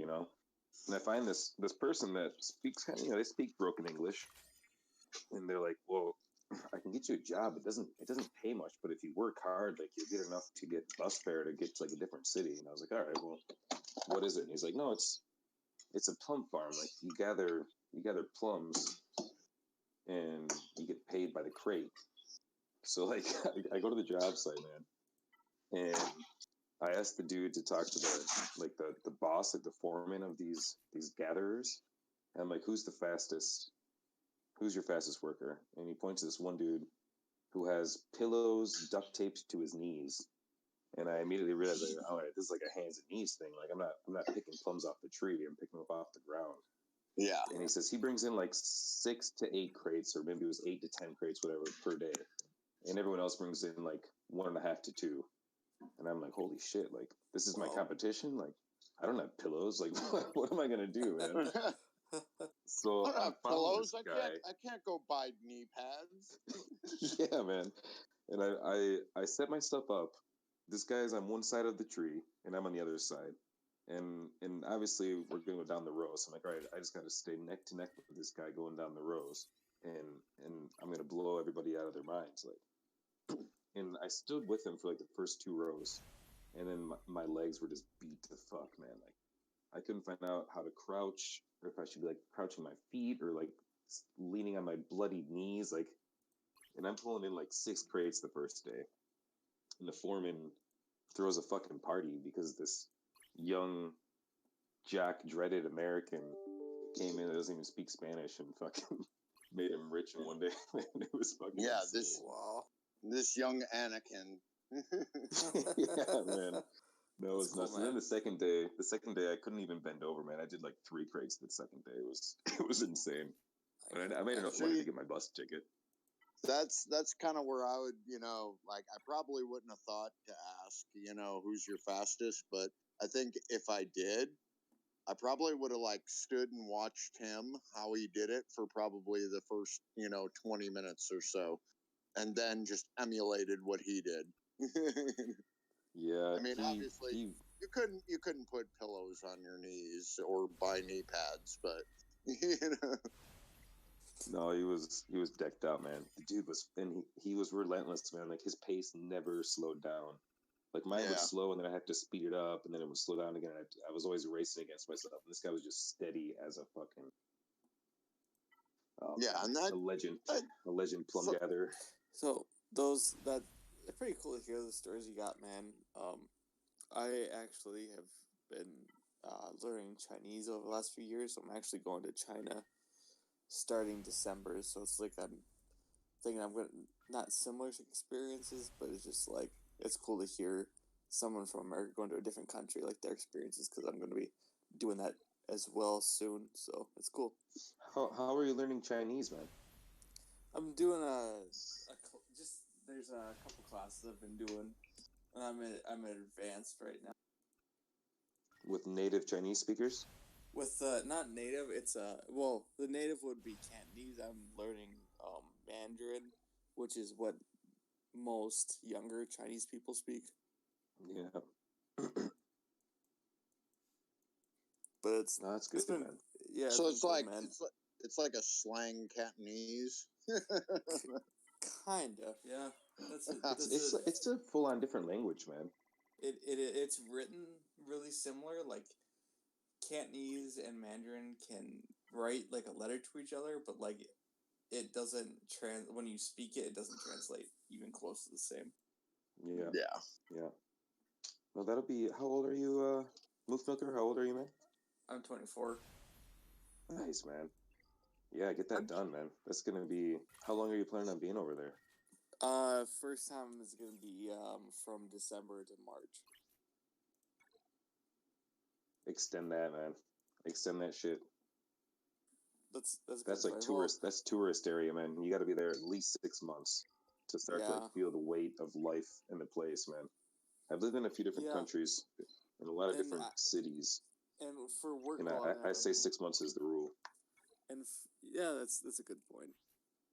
Yeah, that's actually good advice. But while I'm there, on the side, just to keep a steady job, I'm going to be teaching English there. So it'll be good. Yeah, do what you got to do, man. The experience is going to be an eye opener for sure. Personally, when I came down here, I didn't speak Spanish. I never studied it whatsoever. I knew like how to say like you're beautiful, I want you, beer, and hello. I didn't even know how to say thank you. Like everyone knows how to say gracias, man. I didn't fucking know that shit when I came down here. All the important stuff, you know. You're beautiful. Yeah. I wanna put my D in your B. You know. I learned that pretty quick, man. Where's the donkey show? Good God, I've never said that in Spanish. Actually, I don't even know if I said that in English, man. But yeah, I said it as my rule was to not teach English, and you know, I'm not trying to put anything in you, but I'll tell you my reason. It was that I needed to immerse myself in the language and the culture to get like the full experience, the experience that I needed, you know, like my full experience. Your full experience can be something completely different, which is why I say I'm not putting anything on you. But it was really beneficial, man. It was really beneficial. Nobody knows that I'm not from here. Everyone thinks that I'm Chilean when they meet me because my accent is exactly like theirs is. That's really cool. I've been teaching English for Chinese kids for the last 6 months, so I'm already grounded in it. So it's like it'll be easier when I go over there. Yeah, no, that'll be huge too, man. You know what really surprised me? Like I got culture shock. I didn't think I was going to get culture shock because I moved around in the States so much before I came down here. But I definitely got culture shock, and it kind of like it came up on me really slowly without realization, and all of a sudden just like fucking hit me in the face like hardcore. Started getting like physical anxiety attacks and shit like that, stuff that I'd never gone through before. Sure. And I always thought that it was because of the language. I was like, you know, the first 6 months I was here, I couldn't communicate. After like 3 months, I understood a little bit. At least I could like differentiate the numbers from the words and stuff like that. But I always thought it was the language. And then I went to Argentina like 5 years later, fluently speaking Spanish, and it was even worse over there, man. Like I got crazy cold. I stayed inside for like 2 weeks straight, man. Like literally wouldn't go outside. It was insane. Damn. That's it's good to hear those experiences too. Actually, like, thanks for sharing. I think Of course. cool Did you is the ever- wrong word, but it's good to. Sorry, go ahead. Did you figure out what it was that was causing your anxiety then? Yeah, it's I have to understand how people think and how people work, and until I get a grasp on that, I'm like 100% naked. I can't defend or arm myself with anything. Like I get turned into an infant, like a grown ass infant, and that shit fucks with me hardcore, man. I'm pretty independent. Yeah, that makes sense a little bit actually. So, dude, are you engaged right now? Like, I know I've talked to you before, but I can't quite remember. Engaged as in a relationship. Yeah, Yeah, I got married this you just got in July, married. man. That's what it Yeah. was, man. Awesome. I've told you congratulations before, but that's really awesome. Yeah, man. My second marriage down in Chile, actually. I've got Your quite your experience. second marriage, like, total, or you've been married once since you've been in Chile twice? No, I've been married twice in my life, and the 2 times we're here in Chile, man. Dang. I'm out of my first marriage now. Like this, I'm taking the opportunity for singleness to go to China. So, like, it'll be cool to see what I find there. Fuck yeah, man. I feel old. Hey, Ned, how's it going? Good to hear your voice, man. It's been a while. Good to hear you from the basement. No, I had the volume down. No. But yes, I'm older than all you guys. It's all good, man. 45. It's all good. You're not that much older than me. You're only 5 years older than me. What are you, 74? Hard at 20. I just got a PS4 given to me for free yesterday, so I'm cool. I'm good. Damn, awesome, man. And 11 years up on me is nothing, man. It's all good. Yeah, once you hit like 35-ish, it's like age doesn't really. The only thing left I have to look forward to is being able to rent a car. That's it. So it's like, I feel like after 21, everyone's the same. Yeah, that's kind of how I was. After 21, I could drink, and it was like, okay, what do I get to look forward to now? Oh, my insurance will go down at 25, Then, Yeah. Exactly, then man. like, retirement at 55, but technically now you can't really do it until you're about 63 minimum. Right. Yeah. That what you just said, man, is the exact same reason that I always, as a young child, knew that I was gonna fucking leave the country and just do my own thing while I was young. That was like a huge fear of mine. Just like Well, that's settling why- down. That's why I had kids young, like I was like, it going through high school, like it always scared the shit out of me. Like, some of my friends, like, not a lot, but every once in a while I'd run into someone where they're like, their parents are like 60, 65, it's like, what the shit, man? Like, I want to be a young dad, like when they're 21, I want to be in my 40s still and be able to go and hang out with them, when they turn 21. They're not going to fucking want me there, but I want to fucking be there. No, I feel you for sure, man. Yeah, I get it. That was always one of my complications with my life plan too. It was like I'm gonna be an older dad, and it's not something that I ever wanted, but Yeah. I don't know. No, You set your and priorities, it's not that there's anything wrong with it, and like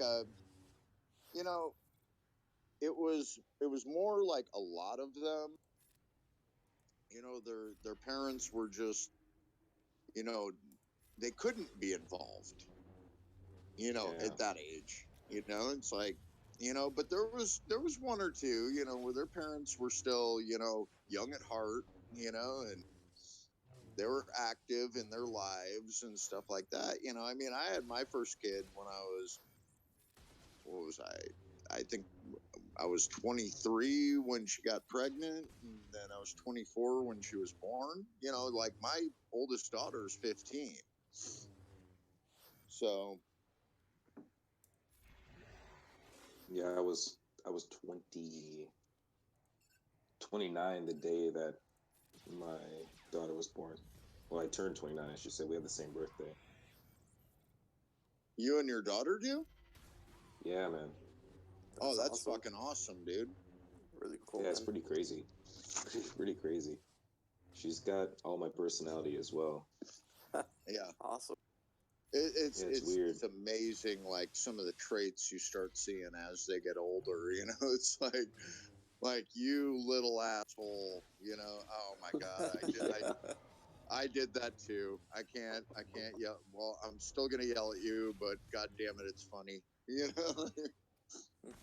Yeah, my daughter's she's like a master debater, and she gets it from me. Like when my mom came down here, and it was 2 years ago, second to last time she came down here. She was telling me these stories of when I was like 4 or 5 years old, and she'd be like vacuuming the house, and I would be telling her to do it a different way, and she'd say, "No, this is how I vacuum it." I would literally like almost prepare a speech, and I would just like sit and talk and talk and talk until she finally realized that the way I was talking about vacuuming was a more efficient way, and she would just end up doing it, man. And I was like, "Are you serious? Like, I don't remember any of this." She was telling me how I would just debate and debate all the time, and that's how I reprimand my daughter. I don't like raise my voice or threaten, with punishment. I just debate her, and I make her think about. In the end, I just make her feel like she was stupid for doing whatever she did that she shouldn't have been doing. In the end, I just But make now, her like, feel like a piece of shit instead of exactly, man. But now she's doing that. She's doing that to her mom. Like her mom will reprimand her, like in the traditional sense, like just like saying a bunch of stupid stuff all at once. Like authoritarian. How is that fucking word? yeah, just Fucking English, man. running off feeling. You know. Yeah, exactly. And my daughter will just debate her and be like, "No, mom, you're not supposed to talk to me like that. And if you're gonna ask me to say something, you have to say please." It's like it's crazy, man. Nice. And then the mom would be like, "No, I don't have to say please. You have to listen to me." And she's like, "But there's no reason that you don't have to say it nicely. Like you can tell me what to do and say it nicely. I always say please to you." She's fucking 4 years old, man. Oh my Crazy. god. I pull that shit at work all the time. Like, you know, I'll be like, why am I getting yelled at right now? You know. Yeah. Is it necessary for you to yell at me? Yeah. There's a Do you nice think way to do that. You know. yeah, do you think this is gonna motivate me to not do what I did again? Yeah. Yeah. No, kids are fucking. It's a shit show, man. Yeah. And you know, it's like, you know, people say it all the time, and I know it's a cliche thing, but it's like, you know, and I never understood when people said it, but I mean, it is God's honest truth. Like, you just cannot fully understand until you have your own. You know, Yeah. Even damn, I've had my daughter for 4.5 years now, and I still don't understand. To be honest, just yeah. try to do my best, man. Well, no, Learn and from my mistakes and try to do my best. what I mean by that is like, you know, before my first daughter was born, like, you know, I spent 9 months feeling like the biggest asshole on earth because I'm like, you know, I don't feel this baby growing in my stomach. You know, I don't have any attachment to it yet. Like, you know, I'll, you know, do my thing. Like, hey, do I can't wait until you're born. Kind of, you know, feeling her kick in later stages, stuff like that. But like, you know, there was no attachment or anything like that. And I even wrote it in her baby book because I'm like, you know, I'm writing in her baby book, you know, while my ex-wife was going through labor, and I'm like, look, I feel like the biggest dick, but like, I just hope that when you come out, like, that I will grow the love, you know what I mean? Like, not that I'm not going to love you, but, like, I just don't feel it right away, and it's like, I felt like this big dick for like, like that's all that was running through my head for like 8 hours of labor, short labor, I know, but, that's all that was running through my head. She came out fucking bawling, man. It's like just Yeah, man. instant. It was like it was the snap of the fingers. I get it. Like, And like that's even, you got like the nice slice of the pie, man. A lot of fathers, it takes like a few months, man, and that's like a really neglected part of the psychological effect of being a father. Like most things that are emotional and manly at the same time, it's not often talked about, and it's pretty fucking important, man, to be able to understand that happens to like pretty much every first time father, like where you feel like you should be attached to this thing and you're not, and you're really worried about when you're gonna be and how you're gonna be and if you're gonna, like, nobody ever talks about that shit, man, but that Yeah. is some serious stuff. it really is, and it's like I think, I mean, it should really be spoken about more, like I'm not quiet about it, like every first time father, that's the story I immediately go to, like telling them, like, hey, look, she's going to have this huge emotional attachment to it because it's growing in her belly. She Oh yeah. feels it kick, like she's, and even after it's born, you know, she is always going to be more attached to that child, no matter how much you fucking love it. Like there's just, you can't recreate that. You know what I mean? Like a mother's love is different, Oh yeah, man. Not that she Oh yeah. loves that child any more than you do. It's just there's a stronger attachment there. Well, there's the physical bond. There's the breastfeeding as well. Like Exactly, the father will never be able to nuzzle his baby at his breast, like, and have your baby there for various hours within the day for the first 6 months to 2 years of the baby's life. Like, it's never gonna happen. So you don't get that physical contact. Um, the love just yeah. goes from And different areas, man. to expand on that, I will never be one of those guys who puts on like a fake boob and fucking feeds a child. Is that a thing now? Have you not seen like Meet the Fuckers? I'm That's a I'm in total South thing. America, man. I'm living the South American experience. Oh, That that was like seriously that happens. movie came out like 10 years ago. That was the Yeah, sequel it's a to Meet total the thing. Parents. Yeah, that was when I was still traveling, and I was off the grid as far as like Mm. pop That's culture awesome. goes, man. I was No, way off yeah, the grid. Like, and I get it. I honestly, I would rather have not seen that 10 years of movies and been able to live your fucking lifestyle. You know what I mean? Like I've the always greatest thing wanted. about it. I can make it available. Go ahead, man. You know that I can make it available. Just let me know when you want to watch it. I actually own the DVD. Yeah, you've Yeah, seen his list of movies, right? Yeah, that shit was nuts, man. I don't delve back into those movies, but I do go back into the music. Like, there's so much music that came out in like these 5 years that I was just like not paying attention to anything. And then even like American music for like my first 4 years down here in Chile. It's like really like American music was almost a full decade where I just didn't hear it, man. Oh, And now I get to like go back and So- find the gems and not have to hear the bullshit. It's awesome, dude. honestly, I mean, I was immersed in music. Like I played in bands for a good 5 years. You know what I mean? Like playing shows every weekend, just listening to all different kinds of music. I mean, there's still stuff that I'm listening to that I'm like, where was this? Like, Yeah, man. from that same era. I mean, I worked in a music store for 10 years of my life. Like selling instruments Awesome. and stuff, and it's like there's still stuff in that time span that I'm like, I never heard of this. Like, What instruments do you play?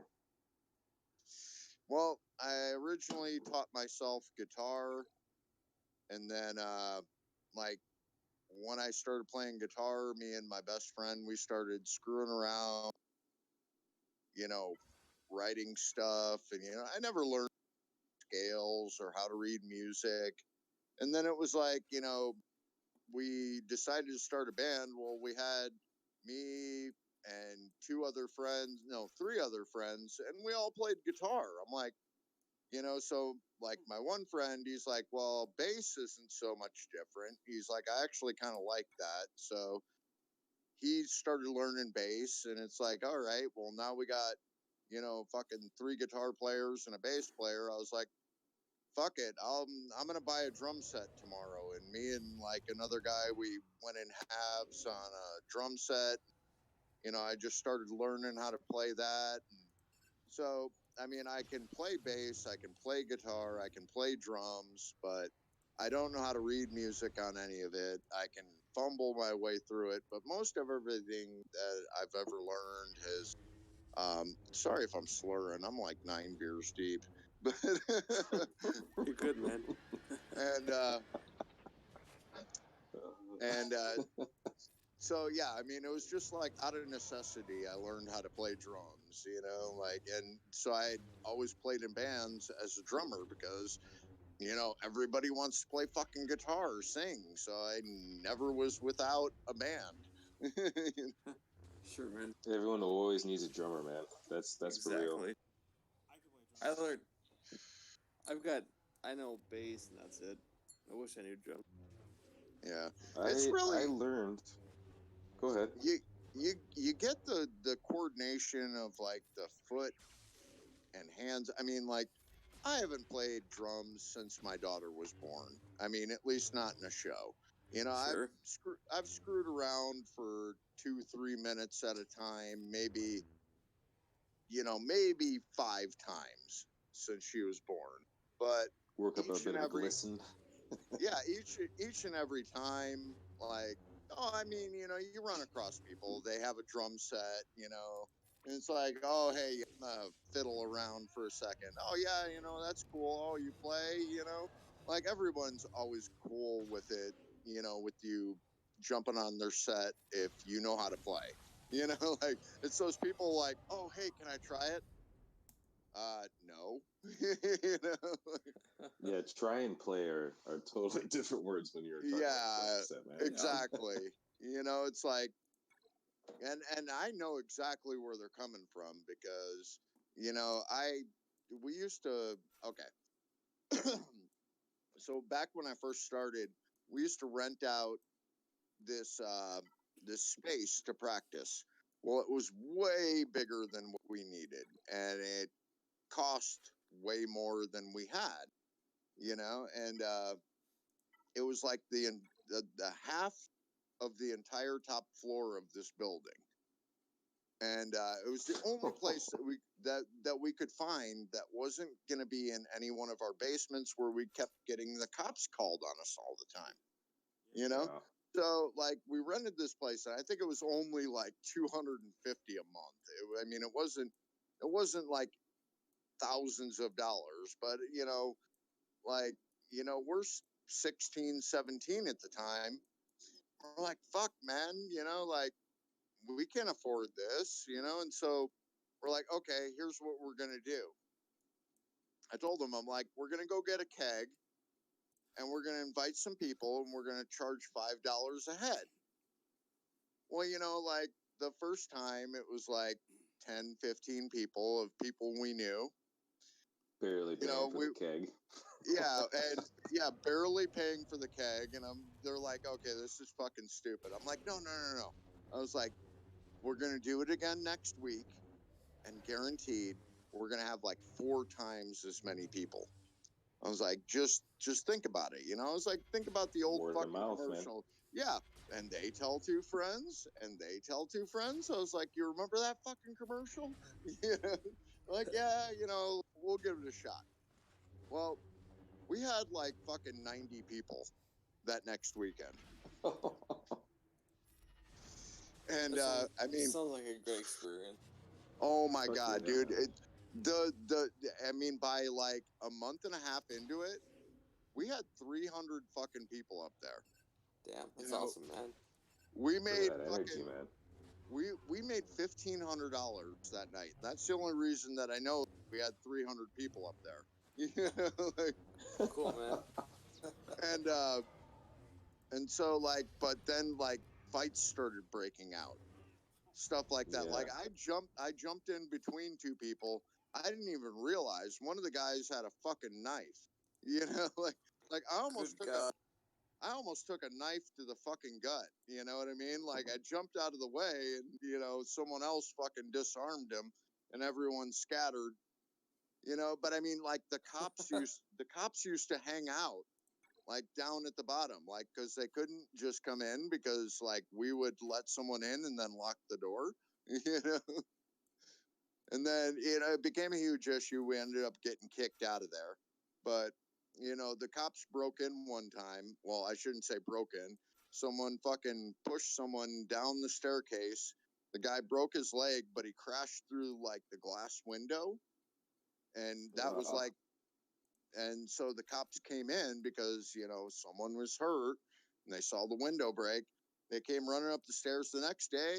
Dude, I swear to God, we probably made more off of all the drugs we found. Like, I'm sure. like stuffed in the ceiling, stuffed in the couches. Dude, I found stuff stuffed in my fucking drums. You like, My it God. was, it was insane. You know? But it was like 2 days after that we got kicked out. You know? That's crazy man. shit, man. You guys definitely overlooked security.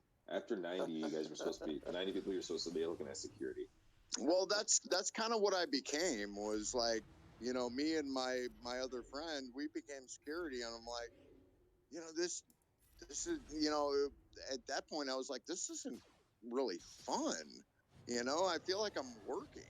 You know, like, Yeah, man. but I mean, you know, we got another group up there to rent the other half. They did like turntables and shit. So like, you know, they would be Nice. having like a rave going on. The next weekend we brought them over, and like, I mean, that those times were fun, you know. It was like, but then when shit started going down and I had to start being a bouncer, you know, like, that wasn't fun, you know. Like I Yes, jump those are on the only bad memories I have of bartending too, man. Is when bartending turns into being a bouncer as well. That shit sucks. Yeah, I mean, like, but it was really fun. Like when I was playing drums, and you know they would have like their music going on. It was like that was like my shit right there. You know, like, there was Hey, a good man. 2 or 3 weeks of great times, and then after that, it was like, fuck. You know, It's cool Do you you have ever that think of playing again, experience, man? though, man. I don't know. I've thought about getting back into it. Like I literally, I held on to my drums like up until like 2 years ago. And this was like, I mean, I had gotten, well, I should say, me and my ex-wife had separated around 2014, and so this was maybe 2016. We were still living together. And That sounds like a crazy story in itself. yeah, I'm telling You you, know man. nothing, Moof Milker. You know nothing. It sounds like it, man. I could write a book on all the experiences I've had since I've moved to Vegas, man. I mean, it's been a Sounds like it. wild ride. Like every 6 months, it's always something, you know. But Damn, man. so like I set up my drums and I'm like, okay, here's the thing. Like, if I do not play them, like, I set myself a time limit. I was like, look, if I don't play them at least, 20 minutes to 30 minutes a day, and I can even average that out to, 2.5 hours a week. If I don't do that, then I'm going to pack them back up and I'm going to sell them. And so, like, I had them set up for like 3 months, something like that. And I was like, I can't anymore. Screwed around like the first couple of weeks and I never really touched them. They started getting in the way. Probably I would have touched them more if I had people to play with. For But, sure, man. And unless someone, because like when I told you that I went to court, and we were staying with my ex-girlfriend's sister, and her husband, he played in bands like on the weekend and stuff. He had a drum set up in his little studio and guitars and everything. I mean, we must have screwed around for like an hour, 2 hours, just you know whatever, whatever he's playing. He would play, whatever scale, and I'd just jump in and start laying a beat to it. And it was really cool. It was fun. That was the most I had played since my daughter was born. And it Nice. was a good time. If I had something like that going on, here on a regular basis, I don't think I ever would have sold my drums. In fact, I know I wouldn't have. Yeah, I always think about getting back to music, man. I fiddle around on quite a few different instruments, like the bass guitar, mandolin, the guitar. I taught myself the didgeridoo, taught myself the piano, and I can read piano music. And Dude, I was taught like uh, in a formal setting, pretty much all the brass instruments. It was trumpet and trombone and tuba and baritone. I can play all that. And trumpet, I I know, tell like you right what. now, I could play like sheet music on a trumpet, just like I could read a book. I haven't forgotten any of Yeah. that shit at all. That was my first instrument when I was like 10. Oh, See, That's It'd be awesome. nice to get back into it, man. that's the thing. speaking Like of books, I've did you told get my my books? What's that, Night what's War? Speaking of books, did you get the books I sent you? I Ebooks. heard fucking. Did you get the ebooks I sent you? Ah, yeah. Of course, man. All right, cool. All You right. got sheet music on those ebooks too? Is this a segue or something? No, I was just wondering. Yeah, man. I'm reading You just mentioned the word books. I'm I'm like, reading oh, the yeah.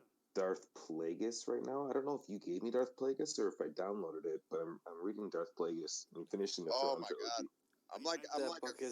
That book is awesome. I'm a quarter of the way through Darth Plagueis, and I mean, which is, I hate to say it, but like No I've been reading, spoilers. I've been reading that book for like fucking 2 years now. It's a Like, long ass book. no, it's not that. It's just like I'm not a big reader, so like I'm not That's either. what I was I gonna always say. I keep it with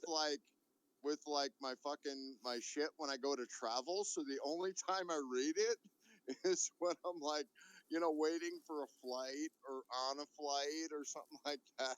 So like I've been how horrible about it. I only how do much audiobooks. how much time do you spend daily taking a shit, man? Well, Are see, you a quick shitter or do you I do relax?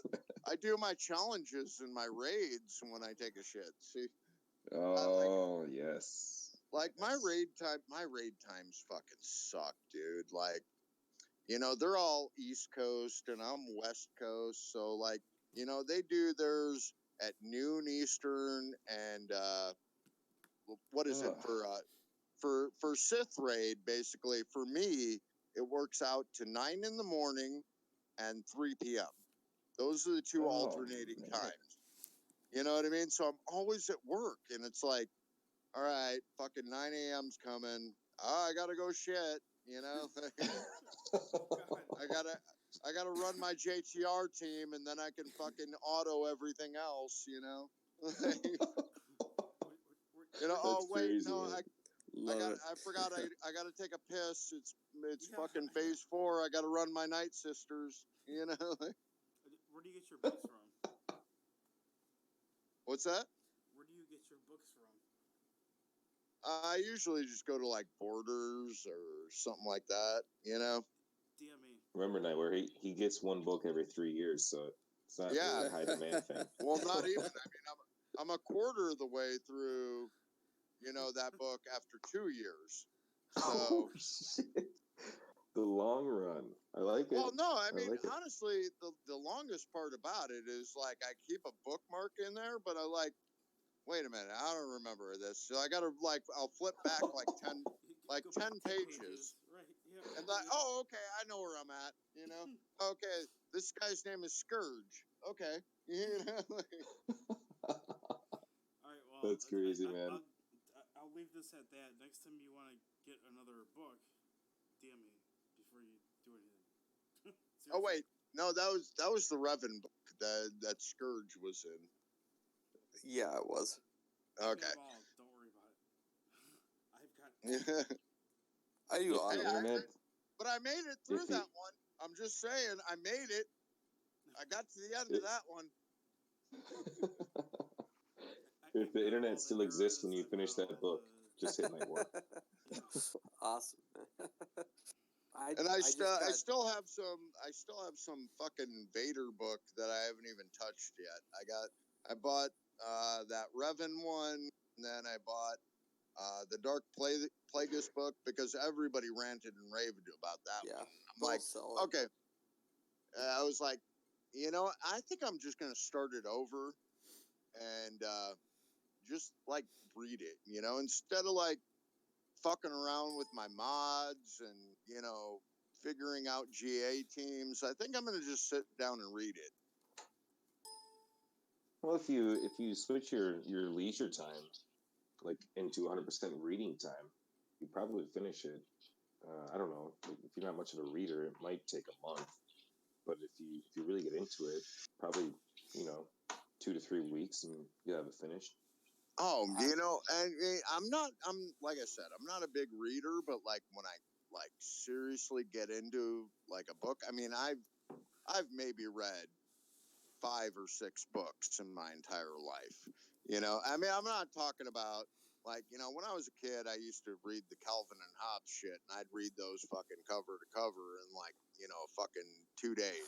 But you Sure, know, man. it's like, you know, like, and I came across like I went into the library because I had detention in like junior high, and I came across like they had this Alien trilogy book. They had like 3 different books, and you know the Alien movies, you know the fucking what the John C. Riley or whatever the fuck his name is, you know That's it? yeah, and I mean they had like a book series. There was 3. Oh my god, that was the first set of books that I had like ever read. Like I just got immersed in that shit, you know, like that's all I did, you know, for like 2 weeks. I read all 3 of those fucking books. I was just nonstop, man. You know, and that's how I thought this Plagueis book was going to be, you know, but it was like a slow beginning. And I mean, it's not that it's bad. It's just, I don't know. I mean, like back then I was in high school. I didn't have shit going on. You know, you don't have a fucking computer in your hand. You know what I mean? Like I think it would be different if I found this Plagueis book at the same time. You know, I probably would have just, you know, cover to cover in like, you know, a week. But Yeah, you know, for sure, man. this is where I I do. fall in. This is where I fall into that fucking millennial category. Yeah. The smartphone has conquered all of our minds, man. It's really hard has. to Yeah. it's hard to So put it down, honestly. I don't know. I don't even Oh, know where sorry, I'm going sorry. with that. I'm just, you know, I'm fucking, like I said, I'm wasted. So sorry. It's all good, man. You're in good company. I just finished the Master and Apprentice book. It's like the Qui-Gon and Anakin. Like they came Ooh, out. I have it. I haven't read it yet. Did you like it? It's hard for me to. I don't know, man. I'm a massive Episode 1 fan. Like, that's my favorite movie of all time. Just because it's just is what it is. It's the age I am. Wait a With minute. Jar Jar, man. Obviously. Qui-Gon and Dude. Yeah, it just came out a few months ago. Yeah, it did. Jar Jar lovers. No, man, but I I'm one of mean, them, like and we're out Qui-Gon, there. Qui-Gon kind of just like brushed him off, though, right? Anakin or not Yeah. Anakin? Obi-Wan. Obi-Wan. Yeah, he does in the book. Like it's super like he doesn't really. I don't know. It's hard to say. He doesn't really care about Anakin or Obi-Wan. They kind of have like really different personalities, and they kind of clash. I don't know. Qui-Gon clashed with like the entire Jedi Council as well. Yeah, man. he clashed with like he's a total maverick Oh, when it hey, comes wait. to the Jedi Council. Wait, have you seen that? They have these like Star Wars like theory things, and they were talking about how the Emperor made sure that Qui-Gon died because if he didn't, he wouldn't be able to have pulled off what he did. Because That makes sense. Qui-Gon was already like He he was didn't keen to follow the the ways Jedi of Council. He would have figured out Exactly. everything that Dooku did. He never would have Yeah, he let was Anakin. abstract, man. Yeah, That's really smart. That sounds right. But I but see where Moof Milker's coming from. Starting opening with Episode 1 is his favorite movie. You see Qui-Gon in a very different light in Episode 1 than what the lore has done with Qui-Gon since the movie came out. He was this cool maverick. Well, it's also because I was 4 years old. First time I ever saw. That's the first Star Wars movie I ever saw. So it's kind of like I kind of prejudiced for it. So there's a lot of reasons why I like it. Fuck, dude, I was like 18, 19 when that fucking movie came out. Dude, did you hate it? I hated Jar Jar. I was like, what the shit is... I could see that. Jar Jar lovers are far. I was pissed that Darth Maul wasn't like a bigger part of it. It's cool. I mean, other than those two things, I mean, I didn't think it was horrible, but of all the movies, I would not pick it as my favorite. And I'm just going to leave it at that. Dude, that's totally cool. Like, I get that Episode 1 is one of... It's not... Well, saying one of the worst Star Wars movies, probably now, as far as, like, Episode 8 and stuff goes, like, it's probably not the worst, but... So I liked Episode close. 8, though, That's dude, good on you. I'm happy for anyone that can like Episode 8. I just don't. But it's cool for everyone that does. I don't know. I mean, I can look past like all the inaccuracies, because if you look at it, I mean, if you want accuracy, then go be a fucking Trekkie. You know what I mean? Like, dude, that's honestly the best comeback I've heard ever. Like that's good. Because I literally, man, I've struggled with Episode 8. And it just stinks because I feel like the fallback from Episode 8 for how different it was affected Solo, and I loved Solo. Like, I thought that was a great movie. Oh, Solo was great. I'll tell you I'm guilty of not giving my money to Solo in theaters because of Episode 8, man. Yeah, but did you Rogue see One it, though? was fucking amazing, though. Like, I thought Rogue One was just...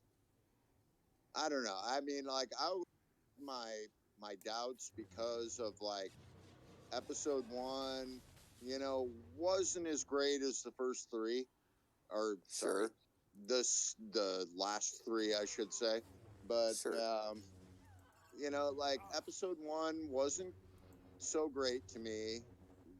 Episode 2 was a little better, but it just didn't have the same feel. And and I think that I probably get that you know, like episode 1 being your favorite because you saw it when you were a kid. You Yeah, I know, was like 4 years old. I saw 4, 5, and 6 when I was a kid. So I get that, you know, like 4, Yeah. 5, and 6 are always gonna be, you know, like Empire is, you know, I saw that in the theater. You know, like I Totally it's jealous of you, man. always gonna be the fucking my favorite, you know. But it's So, not because I saw it in the theater. It's because right, you know right. I thought it was a better story all around. You know, like So, I felt I like you think know episode 4 was a lot of introduction. You know, which is to be expected for like you know a right. movie that's you know you're gonna have a That lot was of introduction, especially if you're planning on making multiple movies after that. You know, right. it Episode 4 is that's a Ruining the like movie. universe, man. it's just Yeah. with anything, you know, like you know, any Marvel movie, you're gonna have a lot of introduction, you know, because they're trying to equate it to the bigger movie like Infinity War or something like that, you know. And Oh, sorry, man. Keep going. no, but I don't know. I lost my train of thought. I'm sorry, man. I was gonna say, I'm sorry, man. I didn't mean to interrupt you. It's But okay. I was just gonna say, episode 4, like it was such a hard sell for Hollywood for George Lucas. Like it was such a big, like as far as George Lucas was concerned, when it came out, it was a misfire. Like he thought he had created the worst movie to ever come out. Like he literally, like when the movie came out, he planned a trip to Hawaii with Steven Spielberg because it was gonna be such a flop. Like it just he had no idea, which is cool. That's why it became such a big hit for me. But it's like It was the biggest risk that Hollywood ever took, man. exactly I'll, The t- biggest risk that they I, ever took. Like it was I'll tell so different. that's why I love it. Have That's you awesome. Yeah. have you read any like interviews with like George Lucas talking about like a lot of his inspiration came from like World War II? Yeah, I've read. Oh I've yeah, read it's every obvious too. single everything out there. Okay. I've read. Well, there was a movie in 1955, and I actually just found out about this yesterday. There was a movie in 1955 that was called fuck, what was it called? Taking the Dam or something like that.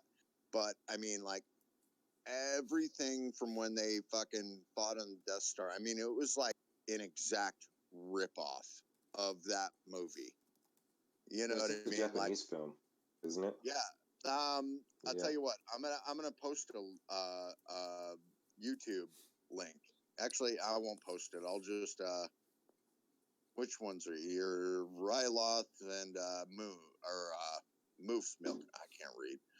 It's Fucking. all good, man. It's just move is Yeah. all I gotta remember. All right. That's one of the I'm gonna send you biggest, guys dirtiest secrets of Star Wars, man. Yeah, I'm gonna man. send you That the link to that. I mean, they like overlap it, where it's like right. They do you watch it. I'm like, holy shit! This whole scene is a complete fucking ripoff. You know, exactly. If we're talking about the same film, like it's that Japanese film, like R2D2 is and C3PO like completely knock off of these two Japanese characters. Oh He's actually no. There's no droids. I mean, this is like a not 1955 droids. like Right. We might be talking about a different film. I'm thinking of the Japanese film that George Lucas knocked off of. It's probably Yeah, different. yeah. Maybe what you're talking about, Angelisa Hate, is the actual scene of the Death Star, but George Lucas actually ripped off. I can't remember the Japanese dude's name right now, but Yeah, like I'm a gonna look different it up. dude literally like created Star Wars, and George Lucas Americanized it and made it a lot more massive. American Graffiti.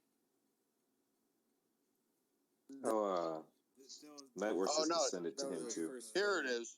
Here it is. It's the movie's called The Dam Busters. Send it All to right, me too. hold on, Because let me- I might be able to actually find the movie and everyone can watch it. All right, Nice. hold on. Trust me.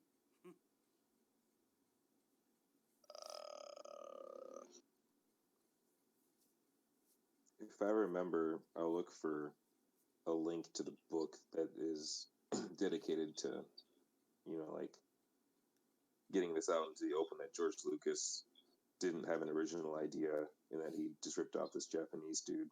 It's pretty crazy. It kind of like broke my heart. It's like telling me that God is mortal, but didn't like make me like Star Wars any less. About that one, I'm really that's. The Japanese guy was just watch it, and I mean it's like they overlap it, like we're like they play the scene from the Dam Busters and then play the exact same kind of shit coming out of Star Wars. Like they just they do it back to back, and it's like holy shit. There's just way too many. I'm watching it right now. Way too many coincidences. So what George Lucas was inspired by was Akira Kurosawa was his film. Okay. That was a Japanese film. Yeah, that was a Japanese film. It was made from he was inspired by that, and also like the 1930 serials, like Buck Rogers, stuff like that. He made Star Wars from a cross between the two. But like we're playing videos too. I mean, I understand, like he kind of, I get things like taking inspiration from like the samurai helmet to making Darth Vader's helmet. Pulling inspirations is fine, but completely ripping off someone, that's like something completely different. Yeah, but I mean, if he was able to create what he created, I'm fine with whatever he had to do. It's an amazing thing what he did.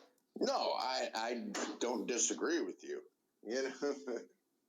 No, yeah, obviously we're. I mean, you're obviously you're putting it in a different setting. So I mean, sure. Like you can take, I mean, there's plenty of people who take, rip off things but make it their own and do it in a way where it's still ingenious. So I'm not saying that. He's not genius for like kind of transposing it to his own creativity, but it's just the fact that like, oh shit, this is like to the T. This is exact, instead of it being like, fighter planes attacking a dam, it's spaceships attacking a Death Star.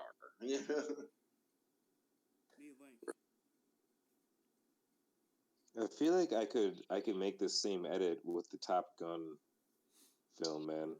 Because it's not literally the entire. It's not the dual screen the whole time. They're cutting into Star Wars, and then they cut out into Dam Busters, and then they put two of them together, but you can't really see the full sequence of the Dam Busters. No, and I agree, but the further there's a lot of similar shots, though. There's just too many. You know what I mean? To me, like there's too much that's similar, and I mean it's fine. Like I said, like you're taking your own rendition of something, and like transposing it into, like okay, I'm going to take this same scene, but I'm going to use it in a different context. You're still like ripping it off, but at the same time, no one else came up with that shit, like, it's almost like, okay, I'm going to have a fighting scene with this. How do, tell you what, Dam Busters was a great fucking movie. I'm going to fucking use this scene, not taking anything away from it. Because you don't come up with it, that doesn't make up the entire Star Wars series. But for that particular scene, I feel like it was a ripoff, and it kind of was like, oh shit, Yeah, and I don't know. It's kind of like I don't know if you guys are fans of Tarantino or not. Oh, absolutely. But he's always doing like an ode to older films. You could probably tear apart a lot of his scenes and go like straight back to the Clint Eastern. Well, that's Western what I'm saying. movie. Like, I don't like I don't down anyone for how should I say it? It's just I didn't expect it. Is more Yeah. where I'm coming. Yeah, well, we hold Star Wars in high if you regards, man. openly say, like, if he had openly said, "Hey, look, I took a lot of inspiration from this movie," and then you watch that movie and you're like, "Oh, like he just totally copied that, but made it his own." Which is fine. Which Tarantino, like when he does something like that, I feel like he gives credit. You know what I mean? In a way, Yeah, it's the modern way of doing things. Dude, if Elvis would have put the writers of his original hits, the black artists that actually wrote those songs, if that would have been on the records, I'd probably listen to Elvis right now, man. But I'm not gonna listen to fucking Elvis. Yeah. Back then they'd steal shit and they wouldn't tell you about it. They just try to pull a fast one on you. It's more about a character thing. Like everybody, got in such an uproar over the shit that Bulldog pulled. But it's like, because we now have this great series, like, oh, well, we can't touch the God, Yeah. I can honestly say I've never seen a Tarantino movie. Just stating. Not even Pulp you Fiction? hang up right now and watch Nightwar. Pulp Fiction. Nightwar, send him Pulp Fiction, please. It's on a streaming. Send him service, Pulp isn't it? Fiction. Send him Reservoir Dogs. They're all in there. Hey, Two have you guys fucking. seen? I'm actually. I can honestly. I think I own Pulp Fiction. I just haven't seen it yet. Pulp Fiction's awesome. You have to see, if you like films, which Dude, as you're a Star Wars fan, I'm pretty sure you do. I love films. I've started Pulp Fiction. Now wait. Okay, go ahead. There's a you do know the difference. Like there's movies, and then there's And then films. there's films. Yeah, Pulp Fiction is a film. Sorry. It's probably the greatest film of all time that kind of edges towards being a movie. I find that hard to believe. I it don't really no. It plays Okay. it plays the line between the two. Okay. So, Samuel Jackson dude, is a killer in that movie. okay. Oh yeah. Just I want to lay a couple things out there. You guys are awesome. I really respect you guys' opinions. I own Pulp Fiction. I've started a few times. I think it's just an age gap where I don't connect with it right away. I've never been able to finish it. I've started a couple times.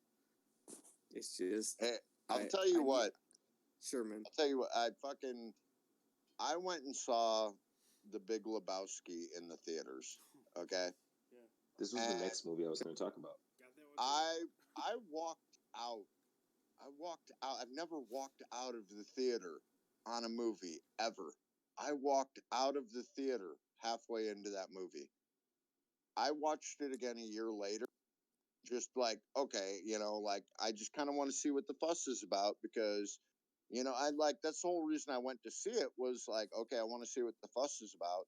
I didn't get it. And then it was like, okay, I'm going to give it another chance. That is one of my favorite fucking movies now.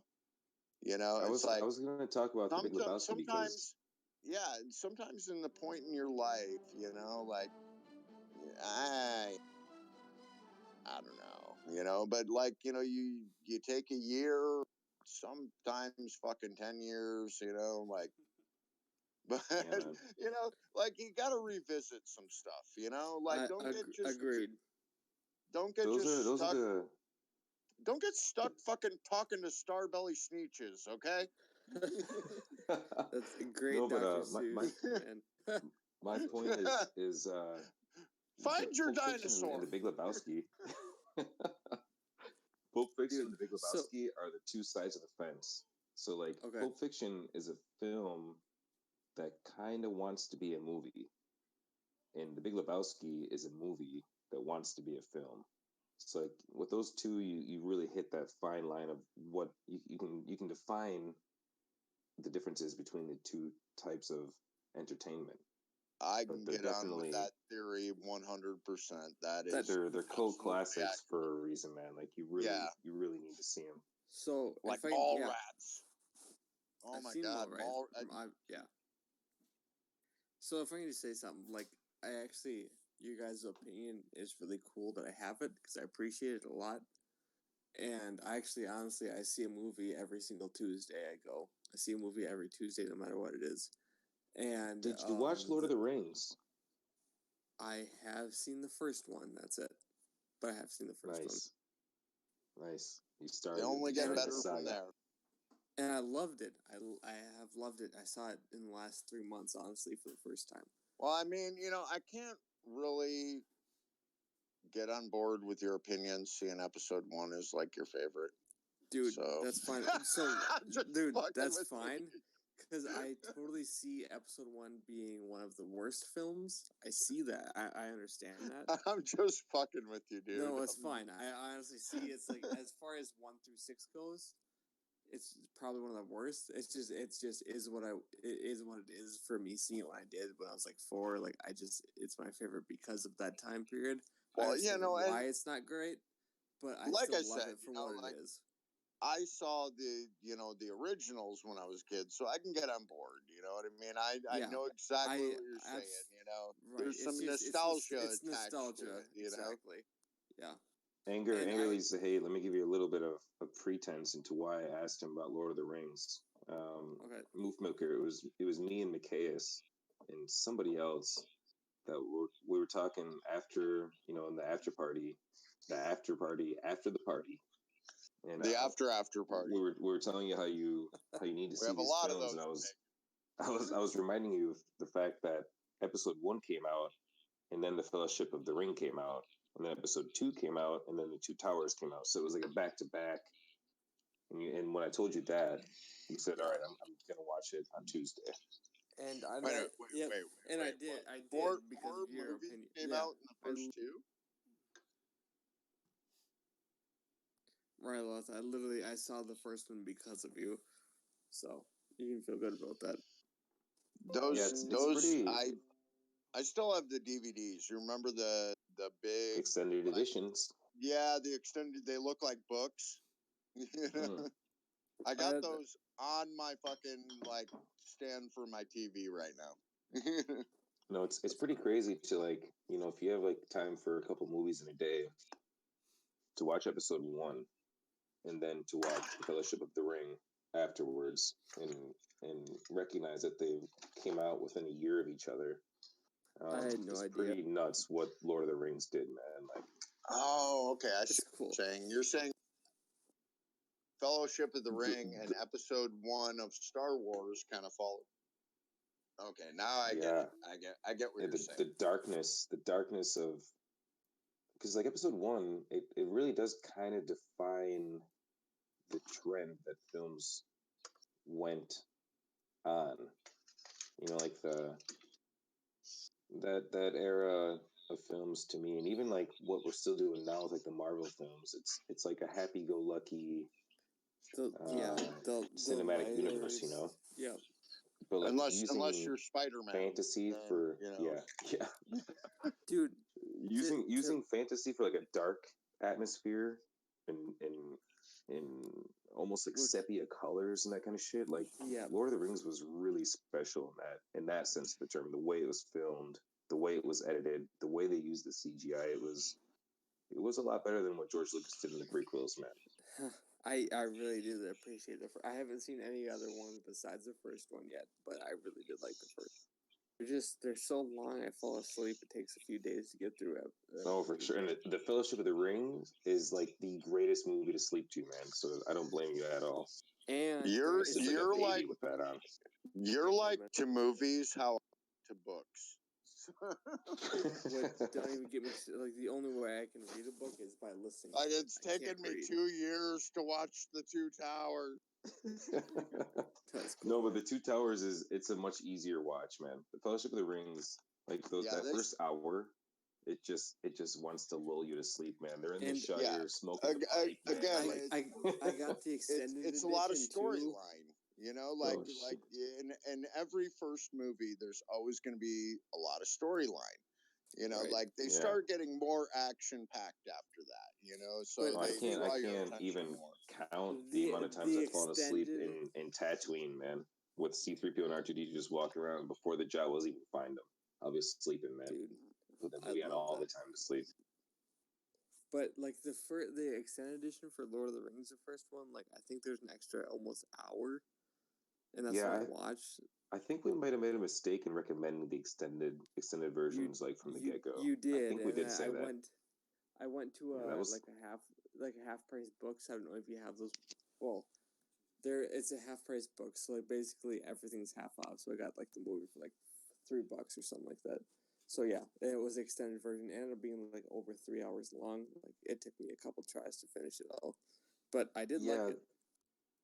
Yeah, it's I think that was an alcohol induced decision to say that to you. That was definitely not the right thing to say. It was. You don't start Dude, with the extended versions. I did enjoy it though. It was a lot of fun to watch, and I actually really appreciate I appreciate it because it was a lot of fun to watch. It's something I've never experienced before, so it was fun. Well, if you feel like reading books too, I mean Tolkien I do invented the fantasy genre. Dude, He literally is the first person to ever do it. I listen to books on Audible. I do not read books. Just saying. I love Audible, man. Yeah, Audible's awesome.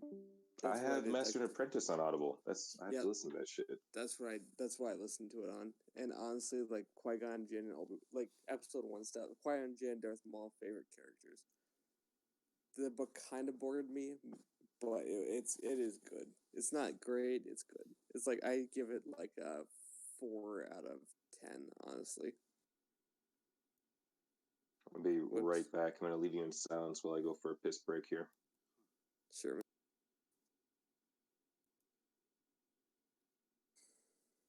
Nightwar, how's it going tonight? I was just gonna say this is Nightwar's opportunity. Yep, go to ahead, get man. something in. Okay, who's actually seen Dan Busters? Because I just got it. He could watch it if you want to. Dan Busters? I've never heard of it, man. That's what the video he sent me was. Like Okay. I got the whole movie. Okay. It's on the thing. If you just search for DAM. Sure. So how you doing, man? It's been a while. Starving conception, new British weapon for smashing the German dams and rugs, all kinds of shit like that. Okay. How have you been doing, Nightwar? It's been a while. Yeah, good. I'm alright. It's been I don't know, like a 2 weeks at least. yeah. It's good to hear your voice, man. It's been a while. Yeah. Gosh, the GAC store that sucks. It sucks. I miss the hall, man. It's been a while. I know it is what it is, but it's like Yeah. Who's gonna make pierogies? Huh? Gonna make pierogies? We'll make them tomorrow. Pierogies. where I love those. Oh, Dude, they're the best. I'm coming over. Me too. They're the shit. Fucking green peppers and onions, some pierogies. Mm. My grandmother, Ukrainian, used to make that shit by scratch and Dude, I'm with you. millions. My grandma, yeah, same thing. My grandmother used to make them too. Butters, onion. Yeah. Oh, Jesus Christ. Damn, they're the best. Awesome. Yeah, it literally making me so hungry right now. I cannot contain it. Yeah, I know. Wish I had a pox over there or something. Oh my god, I bought one of them Traegers. Oh Right, my man. god, that thing is fucking amazing. I've smoked. I mean, don't go and make any fucking gay puns or anything, but I've smoked so much meat. Huh.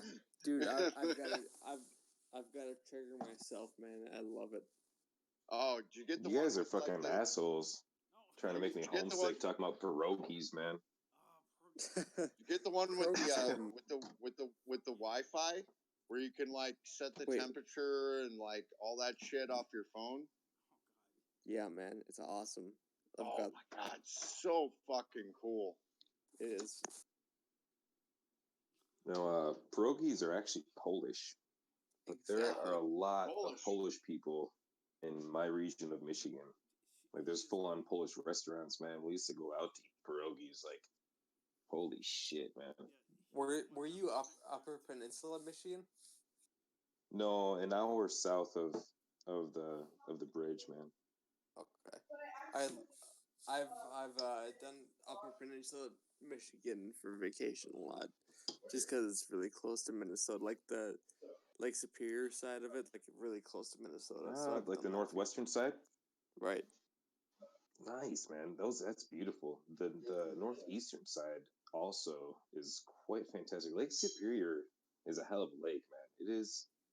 It's the ocean of lakes.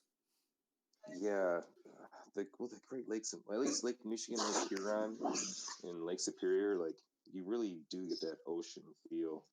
Right. They say So that it creates dreamers, man, because people just grow up looking across the lake, thinking of what's on the other side. I did a canoe trip on Lake Superior on the Apostle Islands. Oh, that's awesome, man. Gorgeous, man. It was a what was it? I think it was like a 16 or 18 person canoe.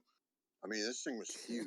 What? That's amazing. That's I've never fucking heard of canoe yacht, man. Are you kidding me? Yeah, no, it literally, it was. Dude, I went camping in an RV. It was amazing. It was What are you talking about, man? Like when those big ass boats came by, like we had a whole special like training on when the boats came by. We had to turn how to ride the wake into the wake. Otherwise, that canoe would tip. And then they gave us this whole thing, this whole safety video on hypothermia and all this other stuff.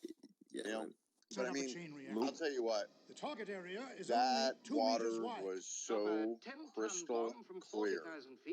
It was amazing. Like, you know, and this is kind of stuff you would miss if you were on like a motorboat or, I mean, if you're paddling in this stuff, you're looking down at it. I mean, it's like, I'm seeing the bottom of the lake and I'm like, man, that is like, these things just look huge, and they're like, oh yeah, that's like, 60, 50 feet down. I'm like, are you fucking kidding me? I'm like, this is like crystal clear. It looks like I'm looking through a window at it. They're like, yeah, it's a lot it's smaller actually down it's there. not supposed to be like that. It's because the lakes are unhealthy because of pests that have been brought from Europe called Z mussels or Z bar. What do we call them? Z mussels, I think. Yeah, it's a barnacle that they've gotten to a lot, it's a plague, of not only Lake Superior but a lot of the local lakes around it. The small lakes, the inland lakes. Oh yeah. Yep. Because those things, they're like the rabbits of freshwater, man. Yeah, but they're more horny than rabbits, so reproduce like a motherfucker. If you can imagine that. So they're not more horny than me. I'm just saying. We'll see. We'll see. Anything male, I mean, it's hard to be hornier than that. Dude, I hear you. But so Wolf Milker, you're such an attent listener, man. I love it. I live 20 minutes away from Lake Superior. I'm in Minnesota. Isn't that like close to Wolf Island?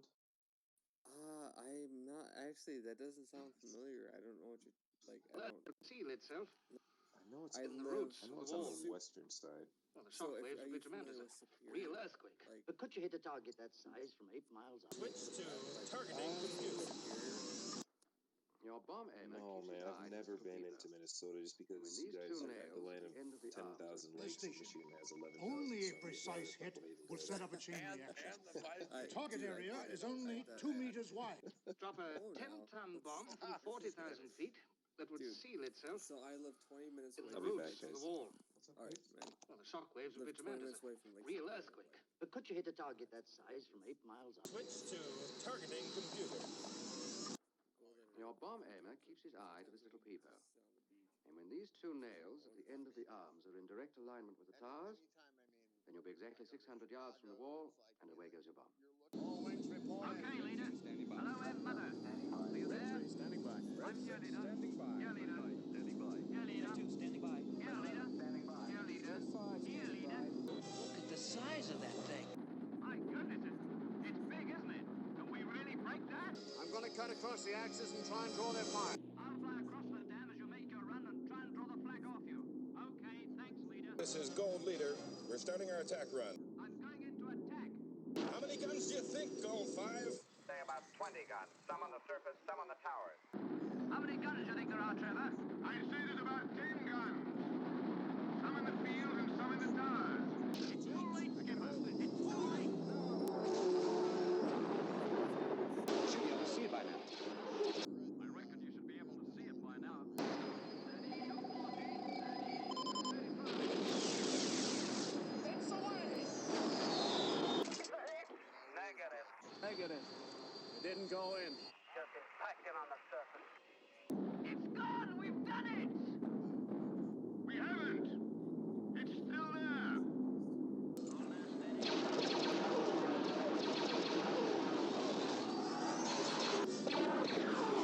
Stay there. I just lost my starboard engine. Hey, Popsy, are you hit? Starboard wing. But we're all right. We can make it.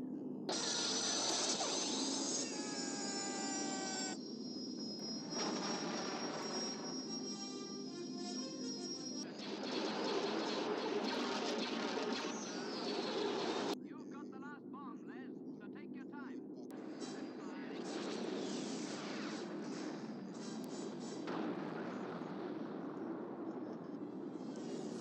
It's gone!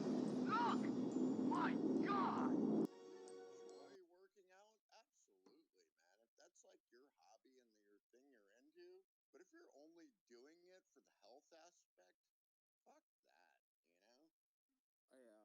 So I live with two roommates, and they're super into health, working out and stuff. This place. And I was like, dude, you guys enjoy working out as much as I enjoy watching a Star Wars movie. Like, Yeah. you guys do that, I'll do this, and we'll just be cool. Like, let's not argue. Like, Absolutely. You know? Like, I mean, Yeah. that's the thing. Like, if you absolutely love, like, that's where I draw the line, is like people who complain about it, like, oh, fuck, I gotta go to the gym, you know? Like if you're complaining about it, why the fuck are you doing it? right? You know? It's Yeah. the same thing. Like if someone comes into work every day and complains about their girlfriend, you know, well, why the fuck are you with her? Yeah, I should be. Yeah,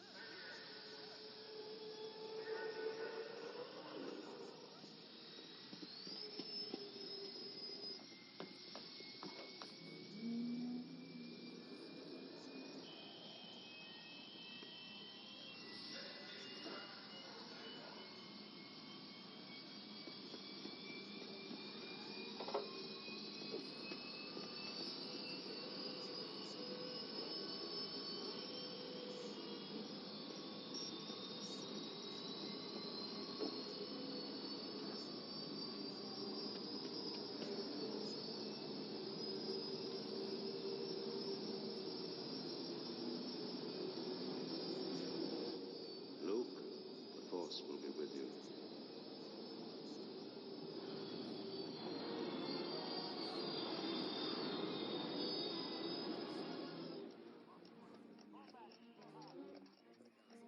Stand by alert.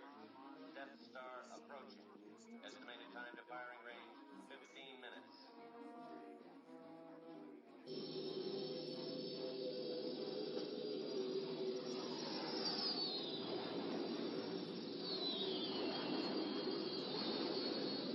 Copycats, man. Yeah, I see it. Looks like a tiny ass little city. Minnesota came before Kind of a- Michigan, so. Is But that yeah, a he was. fact? Are you sure? Dude, I'm not sure at all. Is it I'm like pretty a sure. is We moved west slowly. I'm pretty sure. Yeah, dude, it could be a No, complete lie, man. I'm just making stuff up. But yeah, he was super close to where I'm at. Like I commented on that. Like, obviously wasn't going to interrupt his. A precise hit will start a chain reaction which should destroy the station. Only a precise hit will set up a chain reaction. The target area is only 2 meters wide.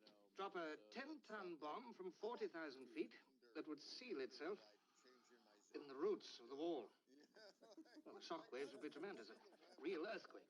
But could you hit a target that size from 8 miles up? Switch to targeting computer. what that would be like. Your bomb aimer keeps his eye to this little peephole. And when been these right two now. nails... I've been with my wife for almost 7 years now. It fucking That's awesome, man. Yeah, it was like, you know, when we got together, there was a lot of people doing like the faceback macking thing, like Facebook macking thing. They're all like looking for girls on Facebook.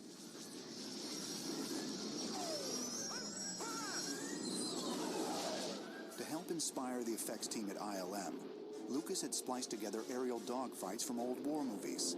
That would be like the first animatic, which you do all in the computer now, of course, and we matched frame to frame and the action on that as close as we could. And it was hugely helpful. I got him!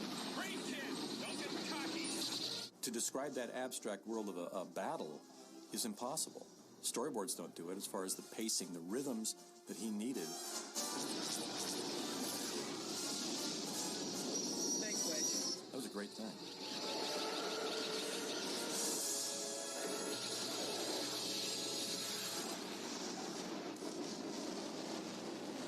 As fall turned to winter, Star Wars finally started to take shape. That's it! We did it! We did it! And we got into an argument, and so like I left, and I told her I was leaving, and you know, like it was all Let's talk about the latest aspect of your career, which is, I mean, took it for real and wouldn't back down, so I wouldn't back down, and so it turned out. Gotta love that shit. Really is, man. You know, like at 40, you're still fucking learning. You know. Yep. It sucks because you know I still miss her every day. You know, but I'm sorry. I think it's the whole reason I became an alcoholic. Good God, yeah. Oh shit, man. You know, that was like 2 or 3 months ago, and I.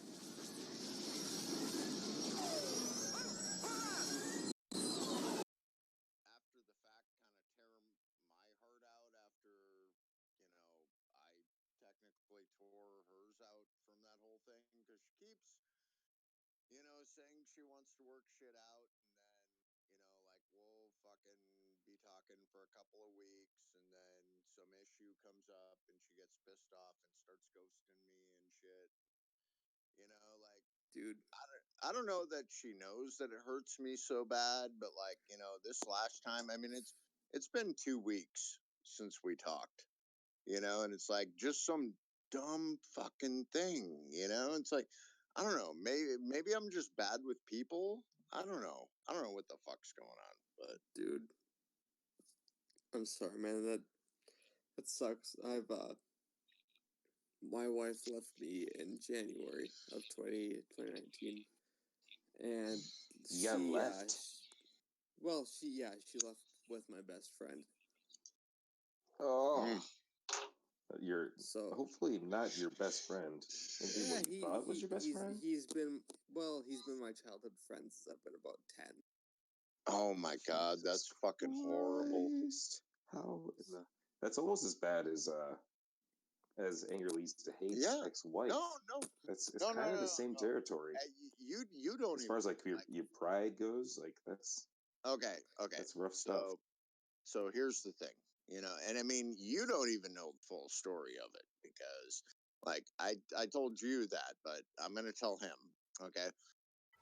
Now my wife, my ex-wife, after we lived in Vegas for about 5 or 6 years, you know, certain opportunities came up that wouldn't arise, when we were back home, and she discovered that she's a lesbian. Now, not such a big deal, but she did it behind my back. You know what I mean? Like, she got hooked up with a chick, and I found out only because my little brother was asking me, hey, can you send me pictures from the trip you guys just took here? And so I was like, oh yeah, Devin took a bunch of pictures, that's her name. And I was like, I'll send them to you from her phone. So I get on her phone and I'm going through her pictures and I find all this shit with her and some chick, and so that's how I found out. And so, like, it was like maybe 6 months later, I started, I didn't trust her. Like I said, we lived together for the next 2.5 years or so. And we were trying to work things out for like probably 6 months afterwards. I was like, hey, let's, do an open relationship. You can still see her, but we're together, and just trying to save it. Obviously, it didn't work, but so like I went through her phone because I was like, I know that you like her more than me, kind of thing. I was going through her emails and found all this shit where she was talking to one of her ex-boyfriends, like 2 years previous to me finding out about her and this chick. And sending pictures of her in her underwear and stuff like that. Intimately talking to her ex-boyfriend. Yeah, and so she's denied it to the bitter end. And I found out maybe 3 or 4 months ago when me and my ex-girlfriend broke up. Like, I found out from her sister who lives out here that she ended up, having sex with that guy. And I was like, wait a minute, and so I confronted her about it. And like, I didn't think I'd be as pissed off as I was, being like 4 or 5 years after the fact, but I was fucking ramped up, man. I was so pissed off, and I asked her about it, and she's like, no, no, no, I know for sure you did. And she finally caved into it about it, and then come to find out there was like, 2 or 3 other like random guys, yeah. And then So she's you like, guys should have went for the open relationship like way before, like a long time ago, like see, before you got married. Here's the thing, like open relationship sounds great. You know what I mean? It doesn't sound great to me. But you know what I mean? Like, well, I mean, if you're like a ladies' man and you're constantly like pulling in girls, it would be way more appealing. You know what I mean? Like for women, they can walk for women, they can walk 10 feet out the door and get a fucking swinging dick fucking, like jumping in their face. Like for a guy, it's a fucking second job. It really is. All right, time out. My bad. I gotta hear Moof Milker, because I think I've heard more. Yeah, I'm sorry, I kind of took over. No, it's good. I gotta hear a little bit more about Moof Milker. Now that you've opened up, I think Moof Milker is going to be comfortable talking about his recent divorce or filed divorce at the least. Yeah, no, it's not filed yet. I'm still waiting. It happened. So what are you waiting on, though? No, I'm not waiting on anything. I'm waiting on her. Honestly, I'm waiting for her to file. What happened, man? So it was January. So I was really close friends. Obviously, he was my best friend, and she has some mental issues. So she is bipolar. She has manic depressive disorder, and she also is a compulsive liar, which I found out. And so she's come up with this story against me, and it has gone to a court, and it has been proven that I am innocent and I am the truth teller and all of the whole thing, and I am still waiting for the divorce to be filed on her end. So it's just a giant messy mess. Same kind of thing. Like, my ex-wife likes to, blame it on. She was recently, probably in the last 8 months, diagnosed with borderline personality disorder. Yep. And so she likes to blame all of her actions on that. And that's immediately what I told her. Because, I told you, Ryloth, I was like, we still talk, every day. There was a time after I found out about the other bullshit where I was like, you know what? I fucking hate you. Go the fuck away. But she's really the only family I got here, So obviously we still talk, and kids being in the mix. Oh, yeah. But, when she first got diagnosed, I was like, I was like, don't be that fucking person that just blames everything on your disorder. And obviously, she has. She's like, I'm impulsive, blah, blah, blah. That's why I did the shit that I did, So, I mean, do you have kids with this person? No, she was pregnant, but there was a miscarriage involved in the last couple months. So. Oh shit! I'm sorry, man. Yeah, it is what it is. Yeah. So, so what is she like? Is she like saying that you like beat her or something like that? I mean, why is the court involved with? She's accusing me of that, and that's why her new boyfriend is going after me.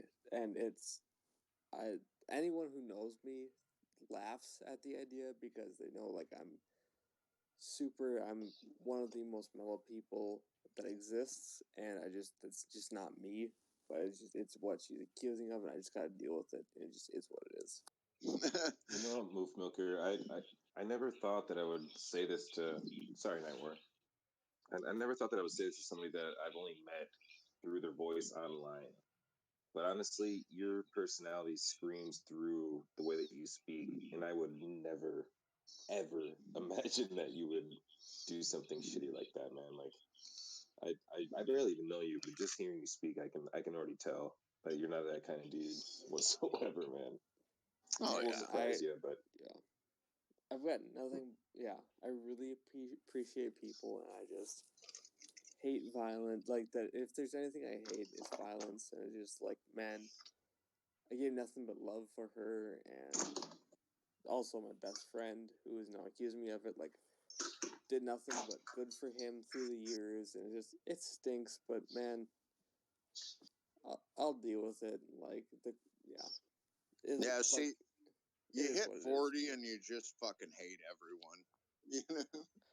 That sucks, man. I'm still 20 years away. I've been there since I was like 28. Damn, man. That's why I'm excited to go to China. Honestly, I'm just ready for a new scene. I'll tell you what somebody told me. May just learn to hate Americans then. Dude, I love where I'm at, but it'll be good to go.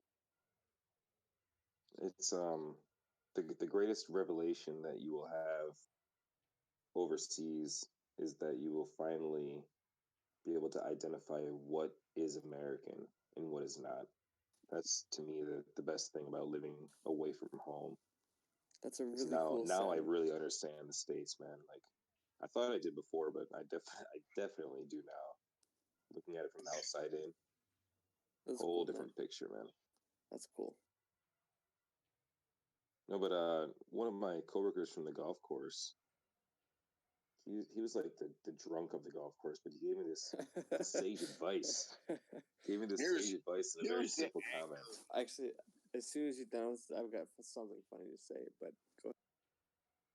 he just said to me, like, I was like, hey Brian, I'm moving to Chile. And he's like, oh, that sounds like a whole different world.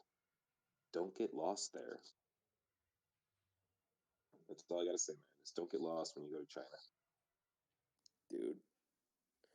I promise you. Yeah, great advice. Honestly, thank you. I really appreciate it. You'll remember it as soon as you actually do get lost there. Like, oh shit, Ryla told me not to get lost, and I'm fucking lost, man. Dude, man, we'll still be in contact, man. I'm never leaving the hall. So,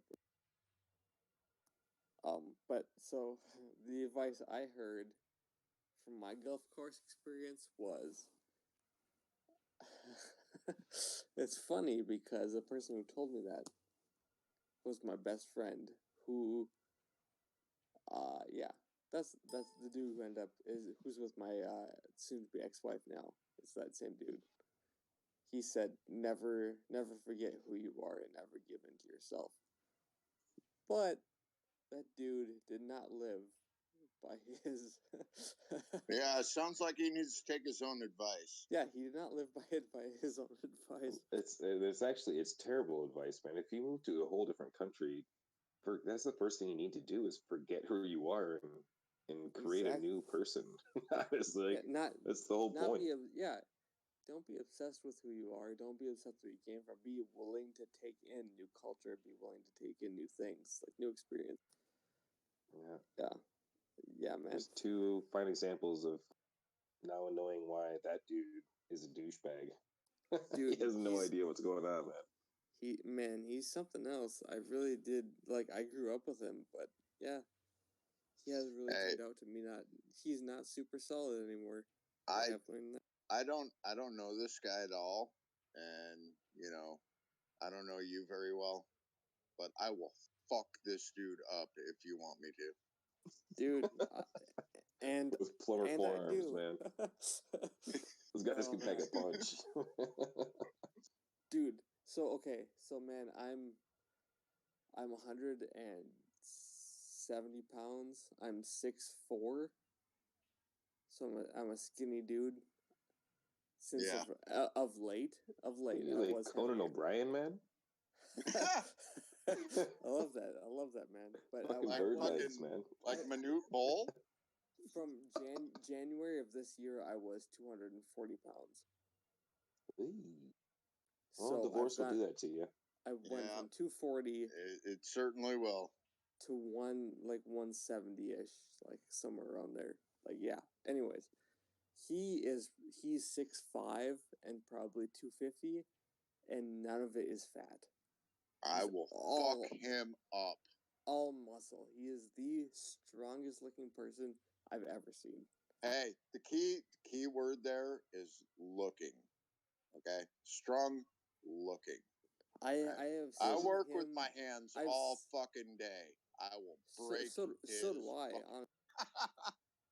But dude, hey, Moof Milker, was he always that? Was he always like the tall kid? He was always he was abused as a kid by his parents, so he was always the strongest, biggest kid. He ended up taking out his dad. He's got the rage and he knows how to take a beating, but he might not know how to fight. Most likely, he doesn't know how to fight because he's always big and strong. He knows how to fight. I'm just telling you, he knows how to fight. It's okay. I'll still give it my best shot. That's why he hates me. Well, that's why we were such good friends, because I was really kind to him. But that's why he hates me now, because my ex-wife views me, or made him view me as a predator.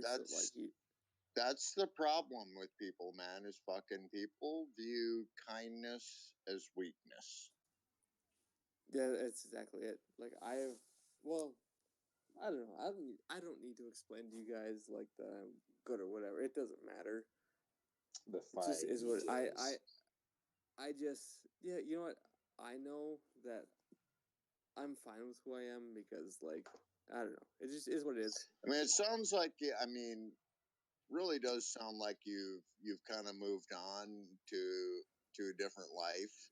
Yeah, and I mean, and take it and embracing the move to China. You know what I mean? Like full bore. You know, taking advantage of the fact that you can do it now. Right, man. Right, You man. know, So and so I mean, I think that aspect is great. You know, it's like you're not just sitting moping; you're actually doing something with the opportunity you've been provided. You know. I've always viewed myself as a happy person, Optimist, and optimist. Yeah, I'm always trying to just do things that is going to view towards good. And I've always lived in the town I'm living in. Neither of them grew up in. They moved here kind of because of me. So, which kind of sucks because I'd be very happy being here because they're here, I feel like I need to go. So that's kind of part of the thing. Oh, I can relate to that. Yeah, it's a very yes. small town. It's like a 5,000 person town. I come from a 2,000 person town. Damn, man. Yep. And it might be less where I live. I just have no idea. It was just a guess of 5,000. But damn, man, that sounds small. So what's and I feel like I already know this, but what state were you from? Michigan. Upper Peninsula or Just south of the Upper Peninsula, man. I love the Upper Peninsula. It feels like Minnesota. I have a feeling I would love Minnesota as well because it would probably feel just like Michigan. At least, you know, I know the Upper Peninsula quite well. I used to just drive Okay, up there on so weekends to hang out and shit. there But there's a show on Adult Swim called Joe Pera Talks to You. Have you ever seen it or heard of it? no, I haven't. It's it's this dude named Joe Pera. He uh he he has filmed a show based on the Upper Peninsula of obviously of Michigan, and it's just he's really funny. He comes off as slow, almost mentally challenged, but he's not. And just look it up on Adult Swim. Like if you download the Adult Swim app, you can watch every episode for free. It's based off the Upper Peninsula of Michigan. It is awesome. I'm gonna check that out, man. That sounds fucking amazing. Dude, Nice little it's slice of home. literally there. It's only 11-minute episodes, and just do it. Joe Pera talks you to sleep. I literally watch probably every night. Have you read any Jim Harrison books? What is he like? No, I haven't, but I'm always willing, and I don't listen to books. I don't read books. I listen to books. I'll send you a link to the book that you should read by Jim Harrison, which I'm pretty What's it called? sure the majority. It's called Wolf, a false memoir. It was his first book. He's from Michigan, but it's an extremely, it's all about the Great Lakes lifestyle. So I listen to books mainly because I work landscaping, so I am on my hands like trimming or mowing 11 to 18 hours a day. So it's like if you tell me like the name of the book, I'll get the audible of it and I'll listen to it. Like I listen to probably I don't know 3 books a day, like easily like I listen to every podcast I can. So it's like that would be podcasts rock, man. Yeah, man. So it's like I'd probably get through that book in like a fifth of a day. Let's see here.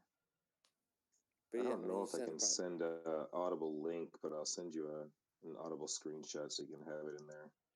Yeah, I get a free. Well, actually, it's my brother. It's my brother's link, so he'll get a free link every month, and I'll make him listen to it too.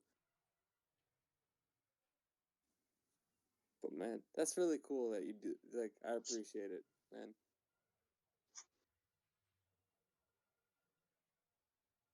This guy I just actually found out that he died tonight. He died in 2016. One of my big plans in life was to meet him. Then I had to leave the States and wait for him to slowly die. But Peter Mayhew was on that list too.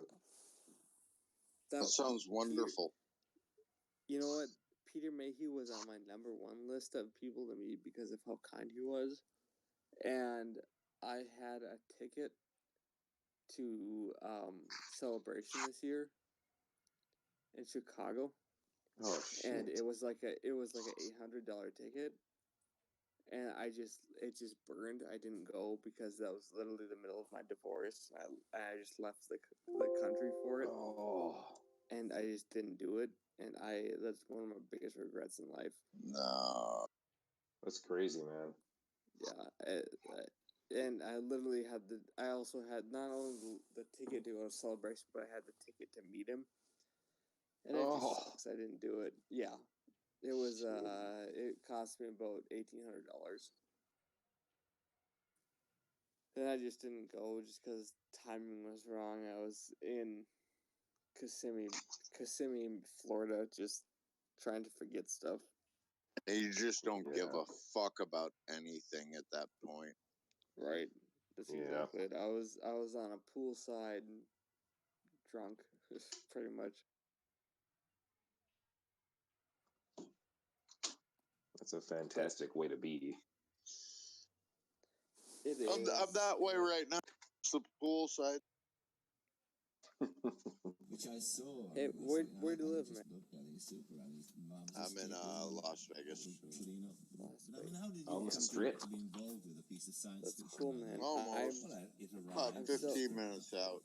I'm still Minnesota, so even though it's the middle of summer, it's still only 55 degrees here.